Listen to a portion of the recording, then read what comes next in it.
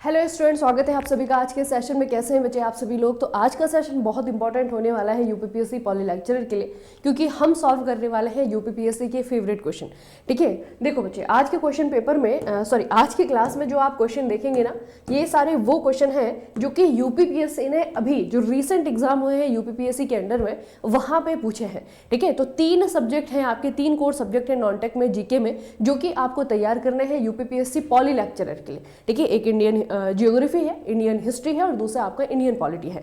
तो तीनों के हम क्वेश्चन देखेंगे कि 2024 में 2025 में यूपीपीएससी ने जो एग्जाम करवाए हैं वहां पे इन सब्जेक्ट से कौन कौन से क्वेश्चन पूछे गए हैं, क्या उनका ट्रेंड रहा है, किस लेवल का जो है उन्होंने क्वेश्चन पूछा हुआ है, ये सारी की सारी चीजें बच्चे हम लोग सॉल्व करने वाले हैं। ठीक है, और कोशिश आप लोगों को ये करनी है कि जो क्वेश्चन मैं आपको करवाऊं, सिर्फ क्वेश्चन नहीं करवाऊंगी, उसका आंसर तो बताऊंगी, साथ में जो है आपका एक्सप्लेनेशन भी आपको मिलेगा।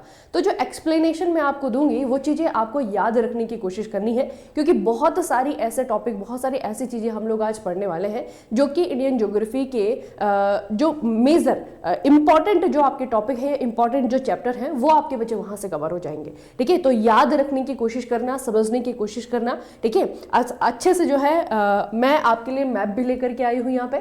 ठीक है, मैप भी जो है आपको बताया जा रहा है, तो अपनी तरीके से जो बच्चे आपका पूरी कोशिश रहेगी मेरी कि आपको जो है सारी की सारी चीजें मैं याद करवाते हुए जाऊं, और आप लोगों को भी इसी पर्पज से जो है आपका सेशन देखना है। सिर्फ ये नहीं कि हाँ देख लिया कि ये क्वेश्चन है, ये क्वेश्चन है, सिर्फ क्वेश्चन नहीं बच्चे, आंसर भी देखो, उसका एक्सप्लेनेशन भी देखो, उसे याद करने की, उसे समझने की कोशिश करो। ठीक है, अपने आप में जो है एनालाइज करने की कोशिश करो कि अच्छा इस तरीके से जो है आपका यूपीपीएससी जो है इस तरीके से क्वेश्चन आपका बनाता है, इस तरीके से जो है आपका क्वेश्चन पूछ सकता है। ठीक है, और आपका अगर समझ बच्चे डेवलप हो जाती है इसके पैटर्न को लेकर के, क्वेश्चन पूछे जाने के तरीकों के लेकर के, तो जब आप पढ़ने बैठेंगे ना इन सब्जेक्ट को, तो वहां पे आपको समझ जो है बहुत काम आएगी कि अच्छा मुझे इस टॉपिक को इस पॉइंट ऑफ व्यू से भी पढ़ना है, इसमें ये भी पूछा जा सकता है, इसमें ये भी पूछा जा सकता है। ठीक है, तो ध्यान से जो है एनालाइज करते हुए आप लोग मेरे साथ में हर एक क्वेश्चन को सॉल्व करेंगे। ठीक है, क्वेश्चन पढ़ेंगे, उसका आंसर देखेंगे, ठीक है, याद करने की कोशिश करेंगे। देखो, सबसे पहले आपका क्वेश्चन पूछा हुआ है कि दक्षिण भारत की निम्नलिखित पहाड़ियों को उत्तर से दक्षिण दिशा में व्यवस्थित करें।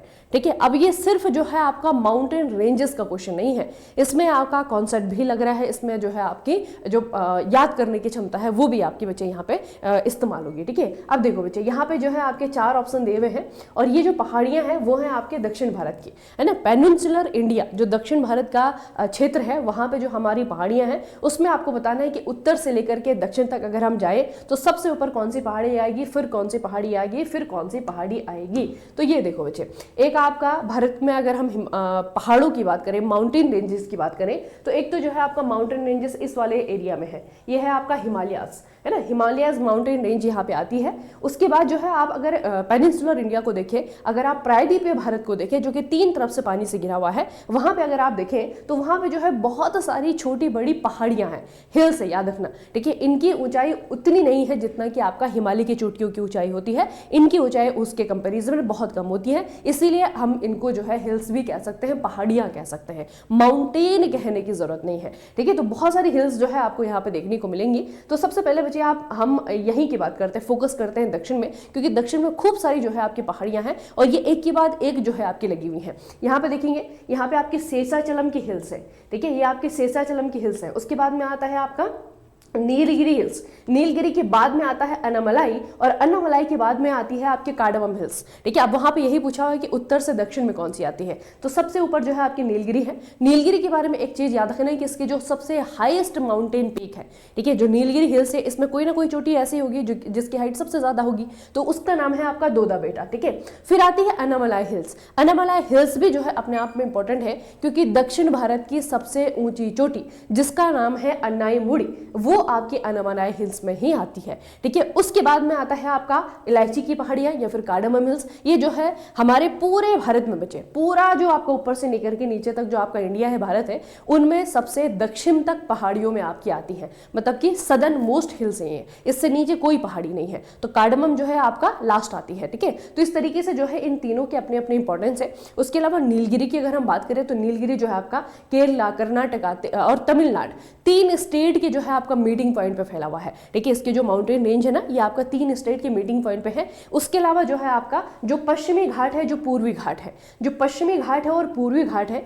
इन दोनों को मिलाने वाला जो जंक्शन पॉइंट है वो भी नीलगिरी की पहाड़ियां ही है। ठीक है, तो इसकी इंपॉर्टेंस जो है अपने आप में बहुत ज्यादा है। 3 राज्यों में जो है इसका क्षेत्र फैला हुआ है। इसी के अंदर में जो है आपका भारत का पहला biosphere reserve Nilgiri biosphere reserve भी बनाया गया है। ठीक है, तो इतनी चीजें जो है दिमाग में बैठा लो, बाकी चीजें जो है नक्शे में देखने की जरूरत अभी नहीं है। ठीक है, अभी सिर्फ हम जो ये वाला पोर्शन है आपका दक्षिण वाला पोर्शन, यहाँ पे जो आपकी पश्चिम की तरफ जो आपकी पहाड़ियां हैं उनकी बात कर रहे हैं। ठीक है, अब थोड़ा सा आप ऊपर आइए बच्चे, जहां से क्वेश्चन आपका पुट किया जाता है, जहां से क्वेश्चन आपका बनता है, उसमें आप अगर देखें, यहाँ पे देखिए बच्चे, ये जो है आपकी, अब आपको यहां से नहीं दिख रहा होगा, मैं थोड़ा सा इसको जूम कर देती हूं ताकि आप इसे अच्छे से देख पाए। देखो आपको दिख रहा है, ये है आपके, जिसमें मैंने ऐसा रेड कलर का किया हुआ है। ठीक है, ये मार्क किया हुआ है, ये है आपके बच्चे विंध्या। ठीक है, विंध्य पर्वत श्रृंखला, ये है आपके विंध्य पर्वत श्रृंखला। फिर आती है आपके सतपुड़ा। ठीक है, फिर आती है आपकी सतपुड़ा। उसके बाद देखिए आप यहाँ पे, ये है आपकी अरावली, जो कि आजकल बहुत ज्यादा चर्चाओं में है। ठीक है, सुप्रीम कोर्ट ने अरावली पर्वतमाला में पर्वत होने की जो डेफिनेशन है वही चेंज कर दी है, जिसके कारण जो है आपका ये चर्चाओं में है। तो अरावली आती है यहाँ पे, अरावली के बाद में आपकी कैमूर हिल्स आती है, फिर आपका विंध्या आती है, फिर आपकी जो है सतपुड़ा आती है। ठीक है, तो कम से कम बच्चे इन चारों को याद रखना। इनसे भी बहुत बार क्वेश्चन पूछा जाता है कि उत्तर से दक्षिण के क्रम में लगाइए या फिर आपका दक्षिण से उत्तर के क्रम में लगाइए। तो सबसे ऊपर जो है अरावली है, अरावली के बाद में आपकी कैमूर है, कैमूर के बाद में आपकी विंध्य है, विंध्य के बाद में जो है आपकी सतपुड़ा है। ठीक है, तो इन चारों को भी जो है आपको याद रखना है। और ये भी जो है आपका जो पेनिनसुलर इंडिया है उसी का पार्ट है, ये हिमालयन रेंजेस का पार्ट नहीं है, क्योंकि हिमालय जो है आपका ऊपर है बच्चे, बहुत ऊपर है हिमालय। ठीक है, तो पेनिनसुलर इंडिया में एक आपका ये वाला पोर्शन है जहां से क्वेश्चन आपका बहुत बार बनता है, और एक आपका जो है ये वाला पोर्शन है जहां से कि आपका क्वेश्चन बहुत बार बनता है। बाकी जब आप जो है कोर्स में चीजों को देखेंगे, है ना, वहां पे जो है बहुत अच्छे से जो है इंडियन ज्योग्राफी पढ़ाई हुई है, तो सारी की सारी हिल्स जो है मैंने आपको बताई हुई है। फिलहाल मैं आपको 2 चीजें याद करवा रही हूँ, एक आपका सबसे दक्षिण में जो आपकी हिल्स है, और उसके अलावा जो है जो यहाँ पे आपकी हिल्स है उनको थोड़ा सा याद करिएगा। ठीक है, अब थोड़ा सा जो क्वेश्चन में आपका पूछा हुआ था, जो 3 पहाड़ियां पूछी हुई है, उसका लोकेशन बच्चे मैं आपको इस तरीके से दिखा देती हूँ। ये आपका नीलगिरी है। ठीक है, नीचे आइए, यहाँ पे आपका अनामलाई हिल्स है, और नीचे आइए तो यहाँ पे आपका कार्डमम हिल्स है। ठीक है, अगर आप देखेंगे ये जो आपके नीलगिरी की पहाड़ियां हैं, ये केरला, कर्नाटक और तमिलनाडु, है ना, इन तीनों के जो है आपके मीटिंग पॉइंट पे है। ठीक है, उसके बाद जो है अनामलाई की बात करें तो ये आपका केरला और तमिलनाडु दोनों जगह जो है आपकी फैली हुई है। इसी में जो है आपका सबसे ऊंची चोटी दक्षिण भारत की अन्नाईमुड़ी आती है, और उसके बाद जो है आपकी इलायची की पहाड़ियां आती हैं, कार्डमम हिल्स आती हैं, जो कि भारत के सबसे दक्षिण पहाड़ियों में आती हैं। ठीक है, इसके बाद जो है किसी प्रकार की पहाड़ियां भारत में देखने को नहीं मिलती हैं। तो ये जो है आपका एक बहुत इंपॉर्टेंट टॉपिक क्लियर होता है। ये है हमारी पेनिनसुलर हिल्स, दक्षिण भारत में जो प्रायद्वीपीय भारत वाला क्षेत्र है उसमें जो है कौन कौन सी पहाड़ियां हैं ये हमने क्लियर कर लिया है। ठीक है, अब देखो अगला क्वेश्चन है नेशनल वाटरवे से, जिस तरीके से आपके नेशनल हाईवेज होती हैं, ठीक है, उसी तरीके से जो है नेशनल वाटरवे भी होती हैं। तो नेशनल वाटरवे के संबंध में निम्नलिखित में से कौन सा जोड़ा सही ढंग से मेल नहीं खाता है? NW1 national waterway number 1 Ganga Bhagirathi, और गंगा या भागीरथी पे बना हुआ है, और ये जो है आपका हुगली तक जाता है। ठीक है, दूसरा जो आपका NW2 है या ब्रह्मपुत्र नदी पे बना हुआ है। फिर आपका NW3 आता है जो कि आपका वेस्ट कोस्ट नहर पे बना हुआ है। ठीक है, फिर आता है आपका NW4 जो कि महानदी नदी पे बना हुआ है। तो इसमें बच्चे आपको थोड़ा सा एक सेंटेंस गलत है, एक इसमें मैच गलत है, वो है आपका NW4। ठीक है, ये आपका महानदी पर नहीं है बच्चे। ठीक है, ये आपका महानदी पे नहीं है। बाकी 3 जो है आपके सही हैं, तो इनको यहीं पे याद कर लो। सबसे पहले है आपका नेशनल वाटरवे नंबर 1 जो कि आपका है गंगा नदी पे। दूसरा है नेशनल वाटरवे नंबर 2 जो कि है आपका ब्रह्मपुत्र नदी पे। फिर आता है आपका वेस्ट कोस्ट नहर, ये है आपकी बहुत सारी झीलों पे। ठीक है, केरला में है, अभी मैं आपको बताती हूँ उनको डिटेल में। तो ये बच्चे पहले याद रखना कि NW4 जो है आपका महानदी पे नहीं है। अब हमारे देश में क्या है कि जितने भी बच्चे आपके नेशनल वाटरवेज हैं, ठीक है, जितने भी हमारे देश में नेशनल वाटरवेज हैं, उनमें से कुछ ही हैं जो कि चल रहे हैं। तो मैं रीसेंट डेटा के अकॉर्डिंग आपको बताती हूँ कि अभी वर्तमान में टोटल कितने नेशनल वाटरवेज हैं जो कि आपके ऑपरेशनल हैं। देखिए बच्चे 31/7/2025 को ये आपके नेशनल वाटरवेज हैं जो कि आपके ऑपरेशनल हैं। टॉप 10 उनमें से मैं आपको बता रही हूँ। ठीक है, एक एक करके जो है सारे याद करने की कोशिश करो, और नहीं पूरे याद होते हैं तो कम से कम ये टॉप 5 तो आपको याद रखने ही रखने हैं। ठीक है, टॉप 5 एक एक करके देखते हैं। हम नेशनल वाटरवे 1 की बात करते हैं तो ये आपका जो है जो गंगा नदी है बच्चे, गंगा नदी पे जो है आपका बना हुआ है और ये स्टार्ट होता है बच्चे आपके कहाँ से, ये स्टार्ट होता है आपका यूपी में हल्दिया से, सॉरी यूपी में आपका इलाहाबाद से और फिर जो है आपका ये जाता है पश्चिम बंगाल में हल्दिया तक। ठीक है, तो इस तरीके से आपको याद रखना है कि उत्तर प्रदेश से पश्चिम बंगाल तक आपका नेशनल वाटरवे नंबर 1 जो है आपका बना हुआ है और ये पूरा का पूरा जो है सिर्फ एक नदी पे है, वो है आपके गंगा नदी। ठीक है, उसके बाद में आता है बच्चे आपका नेशनल वाटरवे नंबर 2, ये आपका ब्रह्मपुत्र नदी पे है जो कि आपका असम में है, धुबरी से लेकर के सदिया तक। ठीक है, ये आपका असम में है ब्रह्मपुत्र रिवर पे। उसके बाद आता है आपका NW3 नेशनल वाटरवे नंबर 3, इसमें आपके बच्चे कैनाल है। अब इसमें क्या है कि बहुत सारी कैनाल है, west canal, west coast canal इसे कहा जाता है। वेस्ट कोस्ट का मतलब क्या है, आपका पश्चिम वाला तट। ठीक है, तो पश्चिम वाले तट में कोई ना कोई आपका पश्चिम में कोई स्टेट होगा, तो ये है बच्चे आपका केरला। केरला आपका एक स्टेट है जो कि आपका पश्चिम में आता है और इसका जो है अरब सागर के साथ में कोस्ट भी बनता है, तट भी बनता है। ठीक है, तो केरला में जो है आपका ये कोट्टापुरम से लेकर के कोलम तक, कहां से कहां तक, कोट्टापुरम से लेकर के कोलम तक आपका NW बना हुआ है और इसमें जो है आपकी झील्स आती हैं, इसमें बच्चे आपकी नहरें आती हैं, कैनाल आती हैं। तो दो बहुत ही फेमस जो है इसमें आपकी कैनाल है, एक आपकी है चंपकारा कैनाल और दूसरी आपकी उद्योग मंडल कैनाल। ठीक है, तो इन दोनों को याद रखना। इसमें अगर डिटेल क्वेश्चन बनेगा 1 नंबर वाला, 1 लाइनर वाला, तो आपको पूछा जाएगा कि कौन सा वाला नेशनल वाटरवे है जिसमें कि आपकी उद्योग मंडल नहर आती है या फिर जिसमें आपकी चंपकारा नहर आती है। तो आपको याद रखना है NW3। ठीक है, तो पहला है आपका गंगा नदी, दूसरा है आपका ब्रह्मपुत्र नदी और तीसरा वाला NW जो है आपका बना हुआ है वो नहरों पे बना हुआ है, किसी नदी पे नहीं है। ठीक है, तो वो आपको याद रखना है कि दो नहरें हैं, चंपकारा और उद्योग मंडल कैनाल, जिससे कि मिलकर के हमारा NW3 बनता है। फिर आता है बच्चे आपका NW4 national waterway number 4। NW4 जो है आपका ये कृष्णा और गोदावरी रिवर सिस्टम, यानी कि इसमें इंक्लूड है आपकी दो नदियां, कृष्णा रिवर है, एक आपकी गोदावरी नदी है, तो दोनों पे ही जो है आपका बनता है NW4। इसमें थोड़ी सी जगह के नाम हम याद रख लेते हैं बच्चे। तो इसमें बेसिकली क्या है, अब दो नदियां हैं, तो दो नदियों पे अगर कोई हमने सिस्टम बनाया हुआ है, कोई हमने नेशनल वाटरवे बनाया हुआ है, तो दो नदियों को जोड़ने के लिए किसी न किसी कैनाल का इस्तेमाल करेंगे, नहर का इस्तेमाल करेंगे। तो यहाँ पे पूछा जाएगा कि कौन सी वाली कैनाल है। ठीक है, तो कैनाल का नाम आपको याद रखना है बच्चे। इसमें आपके जो है बंकिंगम कैनाल है, याद रखना, बंकिंगम कैनाल जो है इसका नाम है। ये जो है आपका तेलंगाना, आंध्र प्रदेश, तमिलनाडु, पुदुचेरी है ना, इन सारे स्टेट के लिए जो है आपका एक तरीके से कनेक्टिंग कैनाल का काम करती है। इन सारे स्टेट को जो है आपका एक तरीके से ये बेनिफिशियल फायदा जो है आपका पहुंचाती है। ठीक है, तो यहाँ पे आपको याद रखना है बच्चे, कृष्णा गोदावरी रिवर सिस्टम पे आपका NW4 बना हुआ है। वहां पे आपका क्वेश्चन में क्या दिया हुआ था, महानदी दिया हुआ था, जो कि आपका गलत है, इनकरेक्ट है। ठीक है, उसके बाद में आता है आपका NW5, ये आता है आपका ईस्ट कोस्ट कैनाल। अभी हमने पढ़ा था वेस्ट कोस्ट कैनाल जो कि आपका पश्चिम में है, यह आपका ईस्ट कोस्ट कैनाल यानी कि आपका पूरब में है। तो पूरब में जो है आपका कौन सा तट है और कहाँ कहाँ पे है ये, तो यह है बच्चे आपका मैतेई रिवर आती है, इसमें ब्राह्मणी रिवर आती है, इसमें आपका धामरा रिवर आती है, महानदी। तो बेसिकली जो महानदी की सहायक नदियां हैं, ठीक है, महानदी कहाँ पे बहती है, उड़ीसा में बहती है। तो महानदी की कुछ सहायक नदियां हैं जिनको जोड़ करके जो है आपका एक नेशनल वाटरवे तैयार किया गया है, जिसे हमने नाम दिया है नेशनल वाटरवे 5 और ये जो है अभी वर्किंग है, ऑपरेशनल है। ठीक है, उसके बाद बच्चे आपका NW8 आता है, ये आपका अलपुजा है, ये आपका है बच्चे केरला में।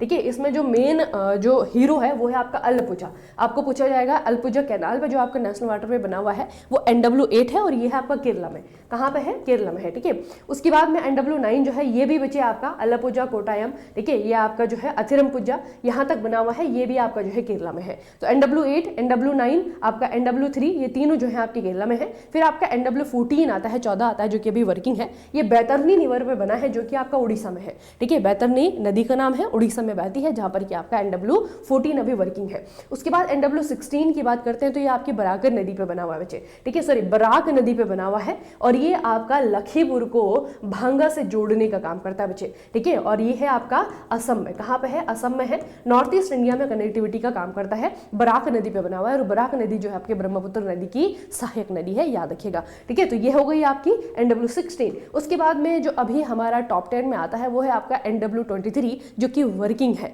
ठीक है, इसमें आता है बच्चे आपका, जैसे कहते हैं बुद्ध बालगंगा। ठीक है, बुद्ध बालगंगा जो है आपका ये NW है, NW नंबर 23 और ये आपका उड़ीसा में है। कहाँ पे है, आपका उड़ीसा में है। ठीक है, यहाँ पे खूब सारी जगह है लेकिन आपको इतना याद रखने की जरूरत नहीं है, बस इतना याद रखना बच्चे आपका कि ये आपका उड़ीसा में बना हुआ है NW23 और वर्किंग है, हालांकि बहुत लंबा नहीं है। ठीक है, तो इस तरीके से जो है हमारे कुछ हीरो हैं, एनडब्ल्यू में भी कुछ जो है आपके टॉप के एनडब्ल्यू हैं जो कि ऑपरेशनल है, काम कर रहे हैं, इसमें जो है आपका ट्रांसपोर्टेशन किया जाता है अभी, है ना। तो इसमें आपका टॉप 5 को तो बच्चे हमेशा याद रखना, टॉप 5 को हमेशा याद रखना, इनकी डिटेल भी आपको याद रखनी है, कहाँ पे है, कौन कौन सी कैनाल इसमें आती है, स्टेट कौन सा है आपका, है ना। इन डिटेल्स को हमेशा जो है आपको याद रखना है। और ये वैसा ही है जैसे आपका नेशनल हाईवेज होती है ना, नेशनल हाईवेज होती हैं उस तरीके से जो है आपकी बनी हुई है बच्चे।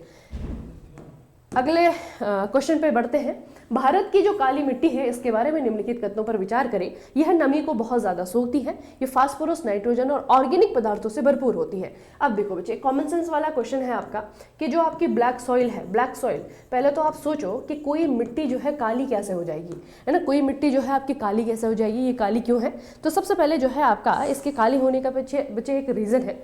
कभी इस वाले क्षेत्र में जहाँ पे काली मिट्टी पाई जाती है ना, कभी बहुत साल पहले यहाँ पे जो है आपका ज्वालामुखी विस्फोट हुआ था, ठीक है। ज्वालामुखी विस्फोट होने के बाद में क्या आता है, जो आपका पृथ्वी के अंदर का मैग्मा है वो जो है आपका पृथ्वी पे आ जाता है, जिसे हम फिर लावा कह देते हैं। धीरे धीरे वो ठंडा होता है, उसका अपक्षय होता है ना, धीरे धीरे जो है आपको डिकम्पोज होने लगता है। खैर उसके जो है आपके डिग्रेडेशन के प्रोसेस में आपका वो आता है और फिर जो है आपका वो काली मिट्टी बन जाता है। तो ये जो काली मिट्टी बनी है इस क्षेत्र में, ये ज्वालामुखी का जो है आपका क्या है, रीजन है कि यहाँ पे काली मिट्टी है, ठीक है। तो काली मिट्टी जो है आपका ये ज्वालामुखी से बनती है बच्चे, ठीक है। और ये जो है आपकी बच्चे काली होती है।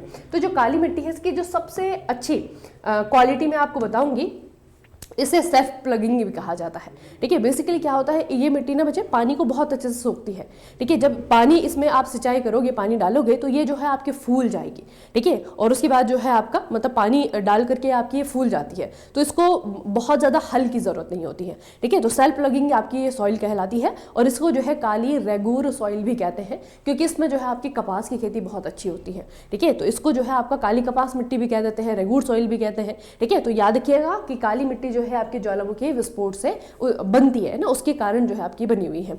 तो काली मिट्टी के बारे में ये आपका बहुत अच्छा है कि ये जो है आपका मॉइस्चर को रिटेन करती है ना, रिटेंटिव ऑफ मॉइस्चर, ये आपका बिल्कुल सही है। लेकिन सोचो बच्चे, जब अगर कोई चीज लावा से बनी हुई है तो लावा जो है कितना ज्यादा गर्म होता है, क्या उसमें कोई ऑर्गेनिक मटेरियल क्या रह पाएगा? उसमें नहीं रह पाएगा, ठीक है। तो इसमें जो है आपका ऑर्गेनिक मैटर नहीं होता है, ठीक है। और ऑर्गेनिक मैटर भी नहीं होता है इसमें, नाइट्रोजन भी नहीं होता, फास्फोरस भी नहीं होता है। तो दोनों जो है आपके गलत है, मतलब पहला वाला आपका सही है, दूसरा वाला जो है आपका बच्चे गलत है। तो क्या पूछा हुआ है, सही कोड चुनिए, तो सिर्फ एक ही आपका सही है, ठीक है। पहला जो है आपका सही है, दूसरा जो है कि ऑर्गेनिक मटेरियल है बच्चे, है ना, तो ये जो है आपका यहाँ पे गलत है। याद रखिएगा, ये क्वेश्चन बहुत पूछा जाता है। अभी यहाँ पे आपका स्टेटमेंट बेस्ड पूछा हुआ है, ये वन लाइनर में भी पूछा जा सकता है। अब इसकी लोकेशन में आपको बता देती हूँ। आप सोच रहे होंगे कि काली मिट्टी कहाँ पे पाई जाती है, कहाँ पे? बहुत साल पहले जो है आपका विस्फोट हुआ था ज्वालामुखी, जिसके बाद में काली मिट्टी का निर्माण यहाँ पे हुआ है। तो यह बच्चे आपका डेक्कन प्लेटू वाला क्षेत्र, ठीक है। यह है आपका दक्षिण का पठार, जिसे हम दक्कन पठार भी कहते हैं।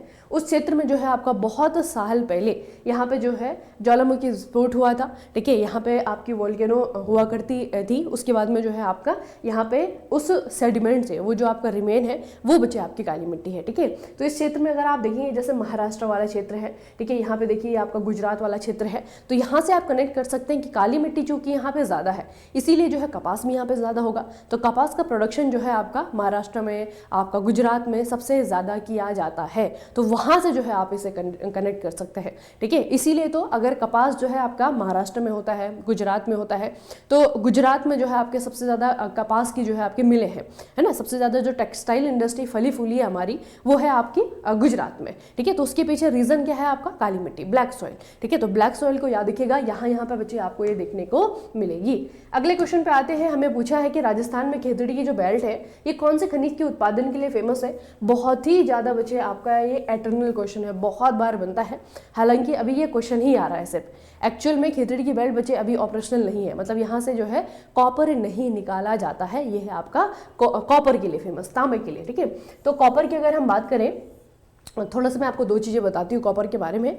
कॉपर बच्चे आपका जो सबसे ज़्यादा मात्रा में है हमारे देश में, जिसके रिजर्व जो है आपके सबसे ज़्यादा है, वो है राजस्थान में, ठीक है। रिजर्व कहाँ पे है सबसे ज़्यादा? राजस्थान में। लेकिन लेकिन लेकिन लेकिन इसका जो प्रोडक्शन होता है, इसका जो उत्पादन होता है, वो मध्य प्रदेश के द्वारा सबसे ज़्यादा किया जाता है, ठीक है। तो दोनों क्वेश्चन जो है आपको फंसा सकता है। आपको पूछा जाएगा हमारे देश में तांबे की भंडार सबसे ज़्यादा कहाँ पे है, आप कहेंगे राजस्थान में, ठीक है। फिर पूछा जाएगा प्रोडक्शन कहाँ पे है, तो कॉमन सेंस अगर आप अपना इस्तेमाल करेंगे तो सोचेंगे यार अगर यहाँ पे भंडार ज़्यादा है तो प्रोडक्शन भी तो यही कर रहा होगा, लेकिन नहीं बचे, प्रोडक्शन जो है आपका सबसे ज़्यादा मध्य प्रदेश कर रहा है, ठीक है। दूसरे नंबर पर आपका राजस्थान आता है, लेकिन भंडार के मामले में जो है आपका रिजर्व के मामले में राजस्थान पहले नंबर पर है, ठीक है। तो याद रखना जो आपकी खेतड़ी की बच्चे आपकी बेल्ट है, खेतड़ी के जो आपके खाने हैं वो राजस्थान में फेमस है, किसके लिए, कॉपर के लिए, तांबों के लिए बहुत ज़्यादा फेमस है, ठीक है। और मैं आपको कुछ और जगह दिखाती हूँ, एक आपको थोड़ा आइडिया आ जाएगा कि कॉपर माइन जो हमारे देश में कहाँ कहाँ पे है। सबसे ज़्यादा अगर आप कॉपर माइन देखेंगे तो ये जो है आपको राजस्थान में देखने को मिलेंगे ना,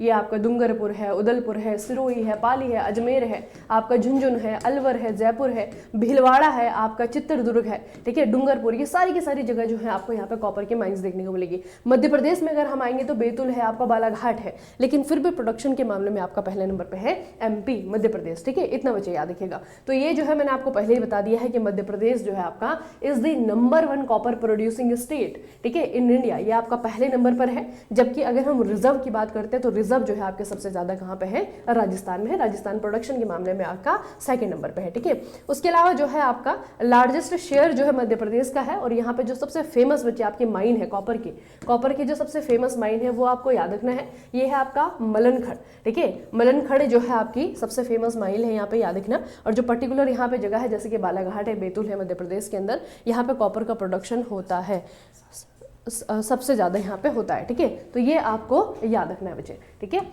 उसके बाद हम आगे बढ़ते हैं। निम्नलिखित में से पूछा हुआ है भारतीय राज्य से कर्क रेखा नहीं गुजरती है, कौन से स्टेट से कर्क रेखा नहीं गुजरती है। बहुत बेसिक क्वेश्चन है, बहुत बेसिक क्वेश्चन है। एक मैं आपको ट्रिक बता रही हूँ, देखो दो चीजें हैं, अब आपकी मर्जी है आप कौन सा वाला ट्रिक याद रखना चाहते हैं इसके लिए, ठीक है।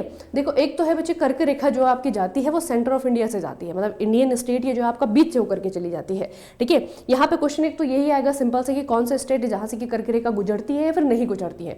तो उसके लिए जो है आपका एक सिंपल सी ट्रिक है, आप लोगों ने भी सुनी होगी कहीं ना कहीं, ये है आपकी मित्र पर गमछा झाड़, ठीक है, मित्र पर गमछा झाड़। अब यहाँ पे मी से है मिजोरम, त्र से है त्रिपुरा, प से है आपका वेस्ट बंगाल, आर से राजस्थान है, गुजरात है, मध्य प्रदेश है, छत्तीसगढ़ है, झारखंड है। लेकिन यहाँ पे जो आपका स्टेट का एक तरीके से सीक्वेंस है वो आपका उत्तर से आपका पूरब से पश्चिम की ओर या फिर पश्चिम से पूरब की ओर जो है आपका सही नहीं है। अगर सिर्फ आपको स्टेट का नाम याद रखना है तो ये आप याद रख सकते हैं, यहाँ से बहुत आसानी से जो है आपका याद हो जाता है, मित्र पर गमछा झाड़, है ना। तो यहाँ पे बच्चे कौन सा स्टेट नहीं दिख रहा है आपको, उड़ीसा नहीं दिख रहा है मुझे, आपको दिख रहा है क्या, उड़ीसा में जो है आपका कर्क रेखा नहीं जाती है। त्रिपुरा, छत्तीसगढ़, राजस्थान तीनों ही आपके सही हैं, उड़ीसा में जो है आपकी कर्क रेखा नहीं जाती है, ठीक है। ये हो गया हमारा टोटल जो है आपके 9 स्टेट हैं। अब दूसरा जो आपका मैंने कहा जैसे कि वहां पे हम स्टेट का नाम तो याद कर लेंगे, मित्र पर गमछा झाड़, स्टेट का नाम तो याद हो जाएगा हमें, ठीक है, कि हाँ ये राज्य हैं जहां से कि कर्क रेखा जाती है, लेकिन हमें सीक्वेंस याद नहीं होगा। तो अगर आपको सीक्वेंस याद करना है ना स्टेट का, तो सीक्वेंस याद करने के लिए जो है आपके बच्चे ये ट्रिक है, लेकिन ये जो है आपकी क्या है, थोड़ी सी इंग्लिश ट्रिक है, जो इंग्लिश में अच्छा है, कंफर्टेबल है, आपको लोगों को बहुत आसानी से याद हो जाएगी। देखो, good rains might change jute wheat tea maize, ठीक है। अब इसका मतलब क्या है, मतलब ये बनता है कि अगर अच्छी बारिश होगी तो इनकी फसल जो है आपकी अच्छे से प्रोडक्शन देगी, है ना, अच्छी फसल होगी अगर बारिश अच्छी होगी तो good rains might change jute wheat tea maize, ठीक है। तो ये जो है बच्चे इसका आपका शॉर्टकट है। इसमें आपका क्या बनता है कि ये सारे के सारे ईस्टर्न स्टेट है, गुजरात है, राजस्थान है, मध्य प्रदेश, छत्तीसगढ़, झारखंड, वेस्ट बंगाल, त्रिपुरा, मिजोरम, मतलब कि हमारा पश्चिम से लेकर के पूर्व तक कौन कौन से स्टेट है जहां से कि कर्क रेखा होकर के गुजरती है, वो जो है आपका एक सीक्वेंस में आपको याद हो जाएगा, क्योंकि कभी कभी क्वेश्चन जो है इस तरीके से भी पूछा जाता है, ठीक है। अब कर्क रेखा वाले बहुत सारे नक्शे हैं आपके ऑनलाइन, अगर आप देखेंगे गूगल पे, मैंने यही वाला नक्शा इसलिए लिया बच्चे क्योंकि यहाँ पे हमें एक चीज़ पता लगती है। आप अगर ध्यान से देखेंगे जिस तरीके से जो है आजकल के जो कमीशन है, नया जो पैटर्न बना है एग्जाम में क्वेश्चन पूछने का, उसके अकॉर्डिंग अगर आप देखेंगे तो ये जो है आपका हमारी कर्क रेखा है, आपको दिख रहा होगा ना बीच से जो है आपके ब्लैक कलर की डॉट डॉट डॉट है, ये आपकी कर्क रेखा है, ट्रॉपिक ऑफ कैंसर है। तो यहाँ पे कर्क रेखा को अगर हम देखेंगे, ये गुजरात है, गुजरात की कैपिटल है गांधीनगर, मध्य प्रदेश है, मध्य प्रदेश की कैपिटल है भोपाल, ठीक है, झारखंड है, झारखंड की कैपिटल है रांची, जो कि ठीक कर्क रेखा के ऊपर आपको दिख रही है ना, झारखंड की कैपिटल है रांची जो कि ठीक कर्क रेखा के ऊपर है आपकी, ठीक है, ये देखो बच्चे। उसके बाद है वेस्ट बंगाल की है कोलकाता, आपकी त्रिपुरा है, त्रिपुरा की है आपकी अगरतला, मिजोरम की है आपके आइजोल। अब इस तरीके से जो है मैं आपको थोड़ा सा बता देती हूँ बच्चे कि इनमें से एक क्वेश्चन पूछता है एग्जामिनर कि भारत का कौन सा राज्य है जिसकी राजधानी कर्क रेखा के ऊपर है। अभी तक तो स्टेट की बात होती थी, लेकिन अभी क्या है कि बच्चे बहुत ज़्यादा तेज हो गए, बच्चों ने सब कुछ याद कर लिया, इतने सारी जो है ट्रिक्स याद कर लेते हैं आराम से, है ना। एग्जामिनर थोड़ा सा और जो है आपका चालू हो गया, तो एग्जामिनर ने क्या किया, ऐसा क्वेश्चन जो है पूछना शुरू कर दिया कि कौन सा स्टेट ऐसा है जिसकी कैपिटल, जिसकी राजधानी कर्क रेखा के ऊपर है। अब बताओ, अभी तक तो आप लोग स्टेट याद कर रहे थे, ठीक है, अब पूछ रहा है कि आपकी राजधानी कौन सी है। तो इसमें बच्चे आपको मैं बता देती हूँ, अगर हम प्रॉक्सिमिटी देखें स्टेट की कैपिटल की, बस देखो स्टेट की कैपिटल्स की प्रॉक्सिमिटी अगर हम देखें तो बच्चे आपका जो रांची है, रांची, ठीक है, रांची जो है ये बिल्कुल आपको देखने को मिलेगा, मतलब डायरेक्टली जो है आपका ये क्या है, सबसे पास है, सबसे नजदीक है, और बल्कि ठीक जो है आपका ट्रॉपिक ऑफ कैंसर पे आपको देखने को मिलेगा, झारखंड की कैपिटल है, ठीक है। उसके अलावा कुछ और हमारी ऐसी राजधानियां हैं, जैसे गांधीनगर है, भोपाल है, अगरतला है, आइजोल है। उसके बाद दूसरे नंबर पे आती है बच्चे ये वाली, है ना, आइजोल जो है ये भी आपकी बहुत ज्यादा करीब है, ये मिजोरम की कैपिटल है, ठीक है। तो रांची को जो है आपको एज आंसर याद रखना है हमेशा, ये आपकी वो कैपिटल है जो कि ठीक जो है कर्क रेखा के ऊपर आती है। इसका एक्सपेंशन, इसका जो आपका एक्सटेंडेड वर्जन है वो आपका कर्क रेखा को छूता है बच्चे, ठीक है। तो ये भी आपको याद रखना है।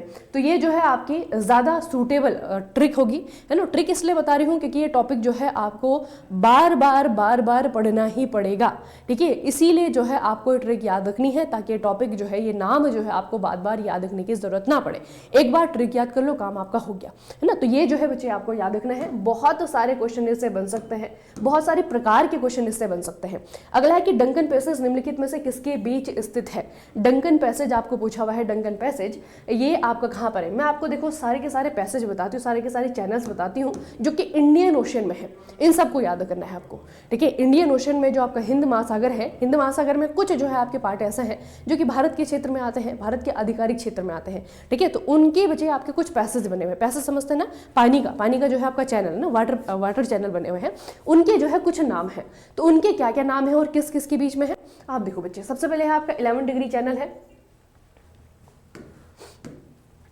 11 डिग्री जो चैनल है, 11 डिग्री चैनल है, ये आपका अमीनी द्वीप और लाकाद्वीप के बीच में है, ठीक है। 9 डिग्री जो है आपका आता है लाकाद्वीप और मिनिकॉय के बीच में।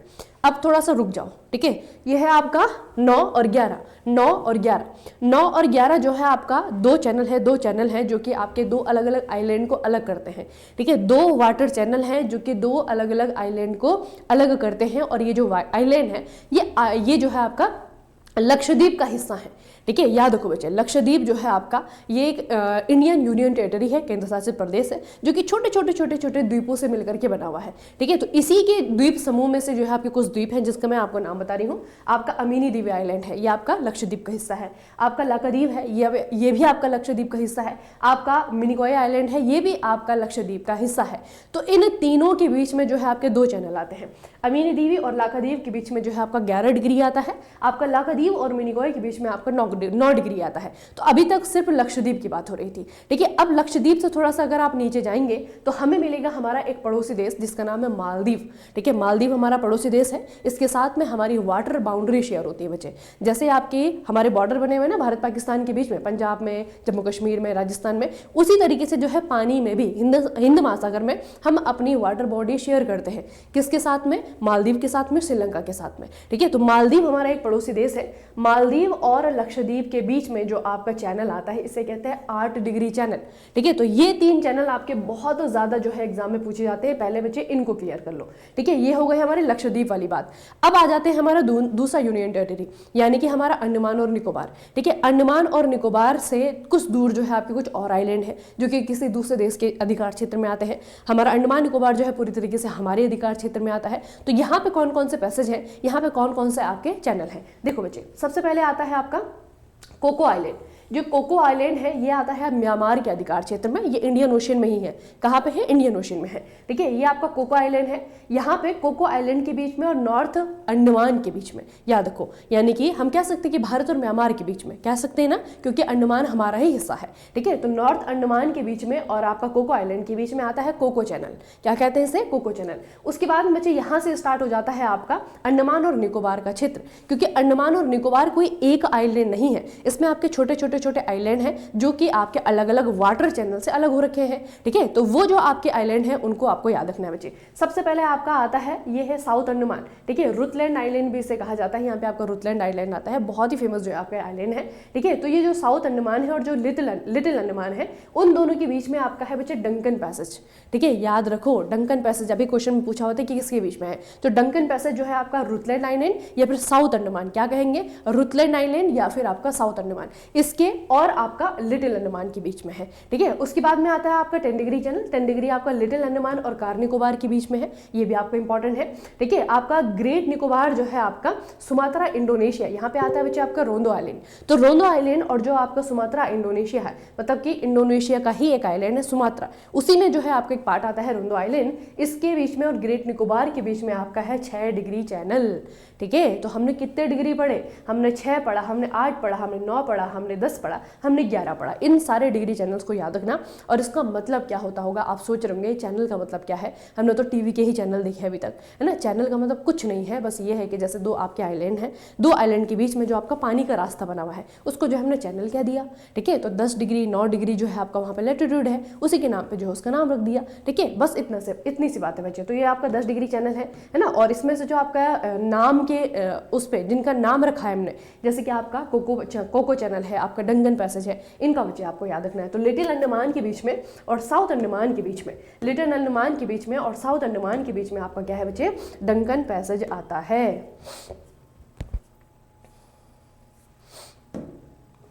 देखो ये हो गया ऑप्शन नंबर बी, है ना, ये हो गया आपका दक्षिणी और छोटा अंडमान, लिटिल अंडमान और साउथ अंडमान, इन दोनों के बीच में आपका डंकन पैसेज आता है बच्चे। अगला क्वेश्चन है, निम्नलिखित में से हिमालय चोटियों को पूर्व से पश्चिम तक के क्रम में व्यवस्थित करें। माउंटेन से बहुत सारे क्वेश्चन आ रहा है आपका यूपीपीएससी, है ना, बहुत सारे जो है क्वेश्चन आपका पूछ रहा है, इनको भी एक बार हम देख लेते हैं। देखो हिमालय चोटियों को देखना है हमें पूर्व से पश्चिम तक, पश्चिम से पूर्व तक। कुछ चोटियां मैं आपको यहाँ पे बता रही हूँ जिनको आपको बच्चे खास करके याद रखना है, ठीक है। जम्मू कश्मीर छोड़ देते हैं, इधर आते हैं हम, थोड़ा सा नेपाल की तरफ आते हैं।